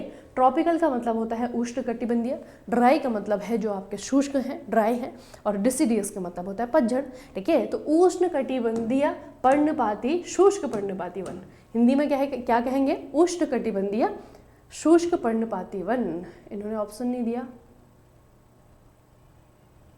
उष्णकटिबंधीय सदाबहार ये भी नहीं है, पर्वतीय वन ये भी नहीं है, मैंग्रोव वन ये भी नहीं है। बच्चे आपका उष्णकटिबंधीय शुष्क पर्णपाती है, ठीक है। इसे हम करेक्ट कर लेंगे, लेकिन अकॉर्डिंग टू ऑप्शन तो आपका यही रहेगा, है ना। देखो भारत में जो सबसे ज़्यादा जंगल है ना बच्चे, वो है आपके पर्णपाती, याद रखो पहले तो, ठीक है। पर्णपाती प्रकार के जो जंगल हैं वो सबसे ज़्यादा है भारत में, वो है आपके सबसे ज़्यादा। अब जब ये सबसे ज़्यादा हैं तो इसके भी जो है आपके दो प्रकार हैं पर्णपाती के, डिसीडियस के। एक आपके वेट फॉरेस्ट होते हैं, ये मतलब कि नम होते हैं, और दूसरे आपके ड्राई होते हैं। तो इन दोनों में से भी जो ड्राई वाले फॉरेस्ट हैं उनकी मात्रा सबसे ज़्यादा है, लेकिन यहाँ पे ऑप्शन में नहीं दिया हुआ है, ठीक है। तो हम कहेंगे जो आपका नम वाला है वो जो है फिर आपका सबसे ज़्यादा हो जाएगा, ठीक है। वैसे इसको जो है एग्जाम में अगर आए तो इसको जो है आपका चैलेंज किया जा सकता है आराम से, ठीक है। लेकिन कभी कभी एग्जाम में ऐसे क्वेश्चन आ भी जाते हैं ना, तो यूपीपीएससी के द्वारा भी आपको एक क्वेश्चन पूछा गया है। लेकिन अगर हम अकॉर्डिंग टू द ऑप्शन करेंगे तो आपका नम पर्णपाती वन होगा। लेकिन मैंने आपको सही डेटा बता दिया है कि पर्णपाती वन कभी कभी क्या करता है बच्चे, कि ऐसे दे देगा उष्णकटिबंधीय पर्णपाती वन, तभी भी आपका आंसर सही होगा। वो ना तो नम कहेगा, ना ही वो आपका शुष्क कहेगा, है ना, वेट भी नहीं कहेगा, ना ही आपका ड्राई कहेगा, बस आपको दे देगा कि डिसीडियस फॉरेस्ट। तो डिसीडियस फॉरेस्ट अपने दिमाग में बैठा लो कि जो पतझड़ वन है, जो आपका पर्णपाती वन है, वो भारत में सबसे ज़्यादा है। और फिर पतझड़ वनों में भी आपके जो है दो कैटेगरीज है, एक तरफ आपका ड्राई डिसीडियस आता है, एक तरफ आपका वेट डिसीडियस आता है। तो इनमें से भी सबसे ज़्यादा है आपका ड्राई डिसीडियस, ठीक है। याद रखो इस चीज़ को। तो यहाँ पे आपका according to the option answer आपका बी होगा। लेकिन वैसे मैं आपको बता दिया कि फैक्चुअल जो है आपका, है ना, फैक्चुअली जो है आपका क्या होगा, ड्राई डिसीडियस फॉरेस्ट होगा, ठीक है। ये देखो, तो ये आपका नक्शा है। उसके अलावा थोड़ा सा फॉरेस्ट के कॉन्सेप्ट में जब हम भारत में वन पढ़ते हैं कि भारत में आपका कौन कौन से जंगल है, तो बच्चे भारत में ये जो आपका पूरा का पूरा भारत है, ठीक है, इसमें तो आपका एक इवन डिस्ट्रीब्यूशन है, ठीक है। मतलब कि अगर हम कहीं पे कह रहे हैं कि पर्णपाती वन है तो वहाँ पे पर्णपाती ही वन है, कहीं पे कह रहे हैं कि अगर सदाबहार है तो वहाँ पे सदाबहार ही वन है, लेकिन एक जगह जो है आपके भारत में ऐसी है। यहाँ पे देखिए, आपको दिख रहा है, ये वायलेट कलर का है, ये आपको वायलेट कलर का किया हुआ है, ठीक है। यहाँ पे देखिए अरुणाचल प्रदेश, ये आपका वायलेट कलर का किया हुआ है। तो इनको क्यों हाईलाइट किया हुआ है, ये है आपका एल्पाइन वेजिटेशन, ठीक है, एल्पाइन वेजिटेशन। अब ये जो एल्पाइन वेजिटेशन है यानी कि जो पर्वतीय वन है, ठीक है, ये है आपके पर्वतीय वन, ठीक। ये जो आपके पर्वतीय वन है इनको हम अलग अलग भागों में कैटेगराइज कर सकते हैं, ठीक है। पर्वतों में क्या होता है बच्चे, आपका जो पर्वतीय राज्य हैं, जैसे उत्तराखंड ले लो, आप हिमाचल प्रदेश ले लो, तो वहाँ पे जो है ऐसा नहीं कि सारे के सारे पहाड़ों में सेम तरीके की जो है आपको वेजिटेशन देखने को मिलेगी, ठीक है। जैसे जैसे पहाड़ों में हाइट बढ़ती जाती है वैसे वैसे वहाँ पे वेजिटेशन भी चेंज होने लगता है, ठीक है। तो ये जो चेंज होता है हाइट के अकॉर्डिंग, जंगलों का जो हाइट के अकॉर्डिंग चेंज होता है ना, वो हमें देखने को मिलता है हाइट वाली जगह पे। अरुणाचल प्रदेश में आपको देखने को मिलेगा, जम्मू कश्मीर में आपको देखने को मिलेगा, उत्तराखंड में आपको देखने को मिलेगा, आपको जो है हिमाचल प्रदेश में देखने को मिलेगा। तो वो राज्य जहाँ पर कि हमें हिमालय की जो चोटियाँ हैं उनको हाइट के अकॉर्डिंग देखने का अवसर प्राप्त होता है। वहाँ पे हमको जो है शिवालिक रेंज में देखने को मिलेंगे, आपका मिडिल हिमालय भी देखने को मिलेगा, ग्रेट हिमालय भी देखने को मिलेगा, उसके पार भी जो चीज़ें हैं जहाँ पे बिल्कुल बर्फ रहती है वो भी आपको देखने को मिलेंगे। तो वहाँ पे हमको ये प्रकार के वेजिटेशन देखने को मिलती है, ठीक है। तो हिमालय वाले क्षेत्र में जो आपका ये एल्पाइन वेजिटेशन है वहाँ पे बच्चे वेजिटेशन इस तरीके से होता है, ठीक है। देखो बच्चे, ये जो आपका वेजिटेशन है वो कैसे आपका होगा, सबसे ऊपर जो ऐसी चोटियाँ होंगी जहाँ पर कि हमेशा बर्फ़ रहती है, ठीक है, जो बर्फ़ से घिरे हुए रहते हैं, कभी कभी वहाँ की बर्फ़ पिघल जाती है, वहाँ के वेजिटेशन को कहते हैं टुंड्रा वेजिटेशन, ठीक है। छोटी छोटी जो है आपकी मोसेस होती हैं, मतलब ऐसे बिल्कुल सूखी सूखी घास रहती है, वो वैसे तो ज़्यादातर जब बर्फ़ पिघल जाती है तो हरे हरे जो है आपके वहाँ पर मैदान हो जाते हैं उसके, ठीक है। तो बहुत बड़े वृक्ष नहीं देखने को मिलेंगे। उस वाले वेजिटेशन को जो है हम क्या कहेंगे, उसे कहा जाएगा आपका टुंड्रा, ठीक है। उसके बाद जो है आपका सबसे नीचे आपको देखने को मिलेगा ट्रॉपिकल रीजन के, है ना, जो आपको मैदानी क्षेत्रों में जो हमको वन देखने को मिलेगा, जैसे कि हमारे डिसीडियस फॉरेस्ट, वही जो है हमें सबसे नीचे जिनकी हाइट कम होगी पहाड़ों की, वहाँ पे आपको ट्रॉपिकल ही देखने को मिलेगा, ठीक है। थोड़ा सा ऊपर जाएंगे तो टेम्परेट रीजन आ जाता है, जहाँ पर कि हमको जो हमारे जो जैसे पाइन ट्री है, ठीक है, पाइन ट्री है, या फिर हमारा देवदार का पेड़ होता है, स्प्रू हो गया है ना, इस तरीके के पेड़ जो है नुकीले, जो शंकुधारी जिनको कहते हैं, है ना, तो वो वाले पेड़ जो हमको देखने को मिलेंगे। तो इस तरीके से बच्चे आपका हाइट के अकॉर्डिंग भी आपका क्या होता है, वेजिटेशन चेंज होता है, जो कि हमारे इन क्षेत्रों में देखने को मिलता है। ठीक है, अरुणाचल प्रदेश वाला हो गया, जम्मू कश्मीर हो गया, आपका हिमाचल हो गया, आपका उत्तराखंड हो गया, ठीक, यहाँ पे भी जो है आपका वेजिटेशन इस तरीके से चेंज होने को देखने को मिलता है। अगला है, निम्नलिखित में से कौन सा भारतीय राज्य म्यांमार के साथ में सीमा साझा नहीं करता है? कौन सा इंडियन स्टेट है जो कि म्यांमार के साथ में सीमा साझा नहीं करता है? अरुणाचल है, नागालैंड है, मणिपुर है और आपका असम है। देखो ये लास्ट में हम देख लेते हैं, ये आपका लास्ट क्वेश्चन है। ये देखो बच्चे, ये आपका है इंडिया म्यांमार का बॉर्डरलैंड डायनेमिक्स। ये रहा आपका म्यांमार, ठीक है, ये आपका रखने है, बहुत ही फेमस जो है आपका प्लेस है रखाइन, ठीक है। उसके बाद में आता है आपका चिन, उसके बाद में यहाँ पे देखें दूसरा प्रांत आता है आपका सांगेंग, उसके बाद में ऊपर बढ़ते जाएंगे तो ये वाला प्रांत आता है आपका इनका कचिन, ठीक है। तो ये जो है आपके वो प्लेसेस हैं जो कि भारत से बॉर्डर शेयर करते हैं, ठीक है। और भारत के इधर देखेंगे तो पहला आएगा मिजोरम, फिर आएगा मणिपुर, फिर आएगा आपका नागालैंड और फिर आएगा आपका अरुणाचल। तो 1 2 3 4 ऐसे राज्य हैं भारत के जो कि म्यांमार के साथ में बाउंड्री शेयर करते हैं। इनमें से असम नहीं आता बच्चे, ठीक है, असम थोड़ा सा रह जाता है, बाकी ये तीनों के तीनों जो हैं म्यांमार के साथ में बॉर्डर शेयर करते हैं। और मैंने आपको म्यांमार के क्यों बताया, क्योंकि म्यांमार के भी पूछे जाते हैं, ठीक है। आपको पूछा जाएगा कि जो रखीन प्रांत है, ठीक है, रखीन प्रांत, वैसे इसको प्रोनाउंस थोड़ा सा अलग किया जाता है, ये जो रखीन प्रांत है ये कौन से देश का क्षेत्र है, क्योंकि इसकी बाउंड्री लगती है भारत से, ठीक है। तो पूछा जाएगा कौन से देश का है, तो ये जो है आपका म्यांमार का है, ठीक है। दूसरा जो आपका फेमस है जैसे कि सेंगेंग भी है, कचिन भी है, ठीक है, ये भी आपके फेमस है, लेकिन ज़्यादा जो है आपका ये है रखीन, है ना। तो ये आपको बच्चे याद रखना है कि इस तरीके से जो है इंडिया का अपने पड़ोसी देश म्यांमार के साथ में बॉर्डर लैंड जो है आपका शेयर होता है, ठीक है। तो याद रखेंगे, हमारे इंडियन स्टेट याद रखना और उनके जो आपके प्रांत आते हैं उनको भी याद रखना, ठीक है। चलिए आज का सेशन यहीं पे समाप्त करते हैं। इसकी जो है पीडीएफ आपको यहाँ पे मिल जाएगी और दूसरा जो है पीडीएफ के साथ में वीडियो जो है आपको या फिर यूपीपीएससी पॉली लेक्चरर के लिए, ठीक है, यूपीपीएससी पॉली लेक्चरर के लिए बेस्ट ऑप्शन जो है बच्चे आपको मिलेंगे मेक इट इजी मैकेनिकल पे, ठीक है। मेक इट इजी मैकेनिकल हमारा मोबाइल एप्लीकेशन है, वहाँ पे अगर आप जाएंगे ना, वहाँ पे यूपीपीएससी पॉली लेक्चरर के लिए जो है आपके 2 ऑप्शन है। जो मैकेनिकल के स्टूडेंट है आपके लिए टेक्निकल नॉन टेक्निकल दोनों ही जो है आपके कोर्स कंप्लीट है, ठीक है। जो आपके हैं ऐसे स्टूडेंट जो मैकेनिकल के नहीं है लेकिन वो सिर्फ जनरल स्टडीज़ और हिंदी को तैयार करना चाहते हैं, सिर्फ जनरल स्टडीज़ और हिंदी को अगर तैयार करना चाहते हैं बच्चे, तो आपके लिए हमने बनाया है नॉन टेक्निकल कोर्स। हिंदी भी है आपका, जो है जनरल स्टडीज़ भी है, ठीक है। तो ये जो है सारी की सारी चीज़ें आपको यहाँ पे भी मिलेंगी, ठीक है।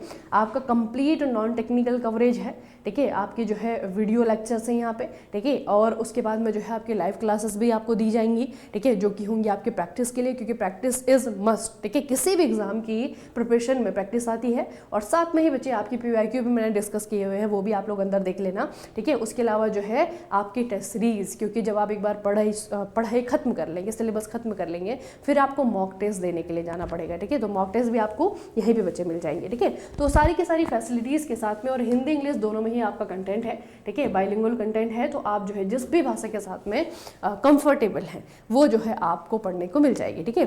तो आज का सेशन हम यहीं पे समाप्त करेंगे। यूपीपीएससी पॉली लेक्चरर 2024-2025 के ट्रेंड किस तरीके से रहे हैं, कैसे कैसे क्वेश्चन इन्होंने पूछे हुए हैं अपने एग्जाम्स में, ठीक है। और इनके जो बच्चे एग्जाम्स हुए हैं सिर्फ टेक्निकल नहीं, मैंने नॉन टेक्निकल एग्जाम से भी जो है कंटेंट दिया हुआ है। तो एक बार थोड़ा सा आयोग है ना, क्योंकि हर कमीशन के जो है अपने अपने तरीके हैं एग्जाम में क्वेश्चन पूछने के, अपना अपना पैटर्न है। तो यूपीपीएससी का पैटर्न आपको मालूम चल जाएगा, है ना। एक तरीके से आप पीवाईक्यू भी सॉल्व कर रहे हैं, साथ में आपकी प्रैक्टिस भी हो रही है और पर्टिकुलर सब्जेक्ट के लिए आपकी जो अंडरस्टैंडिंग है वो भी जो है साथ में जो है बेहतर होती जा रही है, बेटर होती जा रही है, ठीक है, जो कि आपकी बहुत हेल्प करेगा, ठीक है। जब अब आप इंडियन ज्योग्राफी पढ़ेंगे तो वहाँ पे आपको चीज़ें समझ में आएंगी कि मुझे कौन सा टॉपिक कितने डीप में जा करके पढ़ना है, मुझे कितनी चीज़ें पढ़नी है, कैसे कैसे क्वेश्चन यहाँ से फॉर्म हो सकता है। ये सारे जो क्वेश्चन आपके दिमाग में आते हैं ना, उसका जवाब जो है आपको इस तरीके के ही सेशन से मिलता है। तो बहुत ही जो है बेनिफिशियल आपके लिए सेशन है बच्चे, ठीक है। इनकी जो है एक सीरीज़ इस तरीके से स्टार्ट हो गई है। आज हमने इंडियन ज्योग्राफी कर लिया है, फिर जो है हम इंडियन हिस्ट्री करेंगे, फिर जो आपका इंडियन पॉलिटी कर लेंगे, क्योंकि 3 जो है आपके कोर सब्जेक्ट हैं। उसके बाद में आता है आपका करंट अफेयर, है ना। और यूपी की क्लासेस तो साथ में चल ही रही है, आप लोग देख रहे हैं। यूपी इंट्रोडक्शन मैंने आपके लिए सेशन लिया था, है ना, उसको भी जो है बच्चों ने खूब प्यार दिया है। उसके बाद में जो है आपका यूपी की हिस्ट्री भी आ गया है बच्चे। तो आप जो है चैनल पर जब जाता है तो चैनल पर एक वीडियो सेक्शन होता है जिसमें कि रिकॉर्डेड वीडियोज़ आती हैं, ठीक है। तो वहाँ पर आप यूपी का एक तो इंट्रोडक्शन वाला लेक्चर वो भी देख लें और यूपी का जो है आप हिस्ट्री भी देख लें, है ना। उसके बाद में यूपी का जो ज्योग्राफी है, क्योंकि वहीं से क्वेश्चन आया है। अब बहुत सारे बच्चे जो है बहुत लगातार मुझे ये क्वेश्चन पूछ रहे हैं कि मैम यूपी का आएगा कि नहीं आएगा, ठीक है। बेसिकली बच्चे हम जो प्रेडिक्शन करते हैं वो सब कुछ जो है आपका पीवाईक्यू एनालिसिस बेस होता है। और पीवाईक्यू सॉल्व करवाते हुए मैंने आपको दिखाया था कि यूपी का क्वेश्चन जो है आपका बहुत ज़्यादा तो नहीं है ना। वो जो है आपका कहीं पे 1 है, कहीं पे आपका 2 आ गया, कुछ जो है आपका ऐसा हो गया कि करंट जो है आपका यूपी से रिलेटेड पूछ दिया, स्टैटिक का एक क्वेश्चन जो है यूपी से रिलेटेड पूछ दिया, है ना। तो वो कहीं पे जो है आपका 1 है, किसी शिफ्ट में आपका वो 2 हो जा रहा है, किसी में जो है आपको 3 भी हो सकता है कि आने वाले समय में वो 3 से बढ़ करके 4 हो जाए। तो हम जो है इतना रिस्क नहीं ले सकते हैं। इसीलिए जो बेसिक चीज़ें हैं अपने प्रदेश के बारे में, अपने स्टेट के बारे में, वो आपको पता होनी चाहिए, ठीक है। दूसरा क्या है बच्चे कि अगर हम किसी भी इस तरीके के कमीशन को देखते हैं, दूसरा में जितना एनालिसिस हम करते हैं, जितना एग्जाम देते हैं, जितना बच्चों को पढ़ाते हैं, तो जो ये आपके पब्लिक सर्विस कमीशन होते हैं किसी भी स्टेट का, यूपी का ले ले, उत्तराखंड का ले ले, है ना, तो कंपैरिजन करके मैं आपको बताऊं तो आपका जो स्टेट का जीके है वो बहुत ज़्यादा डीप नहीं पूछता है। कोई भी पब्लिक सर्विस कमीशन हो, ठीक है, उत्तराखंड को हो या फिर आपका उत्तर प्रदेश का हो, बहुत ज़्यादा डीप नहीं पूछता तब तक जब तक कि आपका सिलेबस में मेंशन ना हो। अब आपका क्या है कि जो सिलेबस है यूपीपीएससी पॉली लेक्चरर का, उसके सिलेबस में कहीं पर भी जो है उत्तर प्रदेश नहीं लिखा हुआ है कि उत्तर प्रदेश की सामान्य जानकारी। लेकिन हमने पीवाईक्यू देखा तो उसमें जो है आपके 1-2 क्वेश्चन हमें मिल गए, ठीक है। अब यहाँ पे क्या है कि हम छोड़ इसलिए नहीं रहे हैं इस चीज़ को, यूपी वाले सेक्शन को, क्योंकि यहाँ पे क्या है कि एक क्वेश्चन 1 नंबर का नहीं है। अगर हमने एक क्वेश्चन छोड़ा, अगर हमने एक क्वेश्चन के वेटेज को देख करके कि एक ही क्वेश्चन तो आएगा, क्यों पढ़ना है, ठीक है, तो हम 3 नंबर के लिए जो है चीज़ें छोड़ रहे हैं। अगर 2 क्वेश्चन की वेटेज को देखते हुए अगर हम छोड़ दें तो हम 6 नंबर के लिए छोड़ रहे हैं, क्योंकि एक क्वेश्चन आपका 3 नंबर का है। इसीलिए थोड़ा सा आपके लिए इंपॉर्टेंट है कि आप यूपी की चीज़ों को पढ़े, है ना। इसीलिए बच्चे आपका इंट्रोडक्शन बता रही हूँ, आपका स्पेसिफिकली मैं करंट अफेयर भी जो है आपका यूपी स्पेसिफिक भी लेकर के आऊँगी कि उत्तर प्रदेश ने क्या क्या किया है, ठीक है। बाकी जो है आप यहाँ पे जुड़ जाए, कहाँ गया आपका टेक का नॉन टेक, ठीक है। टेक का नॉन टेक बच्चे हमारा टेलीग्राम ग्रुप है, आप उस पर जुड़ जाइएगा। इसीलिए मैंने जो है आपका यहाँ पे एक स्कैनर आपको दिया है ताकि आप उससे जो है आप जुड़ जाइए। तो मैं जो है आपको यहाँ पे आपकी मेमोरी बिल्ड करने के लिए माइंड मैप भी दे रही हूँ साथ में, है ना। यूपी के जीके से रिलेटेड जो आपके माइंड मैप जो होते हैं, ठीक है, वो भी आपको दे रही हूँ साथ में। तो उससे भी जो है आप लोग अपनी प्रिपरेशन साथ में करते रहें, ठीक है। तो इस तरीके से जो है, और बाकी कोई भी आपको डिस्कस करना हो, कोई भी डाउट हो, कोई भी चीज़ें हो, तो आप जो है साथ में कर सकते हैं बच्चे, है ना, डिस्कस कर सकते हैं चीज़ों को, जो है आराम से मिल करके सॉल्व कर लेंगे, है ना। अच्छी स्ट्रैटेजी बनाएंगे। हर किसी बच्चे की मुझे पता है कि तकलीफ अलग है ना। बच्चों के इतने मैसेज आते हैं और साथ में अलग अलग प्रकार के मैसेज आते हैं। हर किसी के प्रॉब्लम आपकी अलग अलग है ना। आपका जो लेवल है वो भी अलग है। किसी ने जो है एकेडमिक्स में बहुत अच्छा पढ़ा हुआ है, किसी एकेडमिक्स में पढ़ा ही नहीं है बिल्कुल भी, अभी सोच रहे हैं गवर्नमेंट जॉब निकालने की। तो हर का जो है आपका लेवल अलग है। शुरुआत जो कर रहे हैं बच्चे, वो हर बच्चा जो है आपका अलग लेवल से शुरुआत कर रहा है, ठीक है। तो डाउट हो सकते हैं आपके, बहुत सारी जो है प्रॉब्लम्स हो सकती हैं, बहुत सारे डायलेमा हो सकते हैं। करनी भी है कि नहीं करनी इस एग्जाम की प्रिपरेशन, अगर करनी है तो कितना टाइम देना चाहिए किस सब्जेक्ट को, इस तरीके के डाउट आते हैं, खास करके वो जो नए बच्चे हैं, ठीक है। तो कोई भी दिक्कत होती है, कोई भी प्रॉब्लम होती है, किसी भी डायलेमा में फंसे हुए हैं, तो उस जगह पे फंसे नहीं रहना है, स्टक नहीं रहना है, लगातार जो है ग्रो करते रहना है, लगातार जो है मूव करता रहना, फॉरवर्ड के लिए, आगे के लिए, ठीक है। तो चलिए फिर आज का सेशन हम यहीं पे समाप्त करते हैं, मिलेंगे फिर नेक्स्ट सेशन में। तब तक के लिए पढ़ते रहिए, अपना खूब सारा ख्याल रखिएगा। आप सभी का बहुत बहुत धन्यवाद।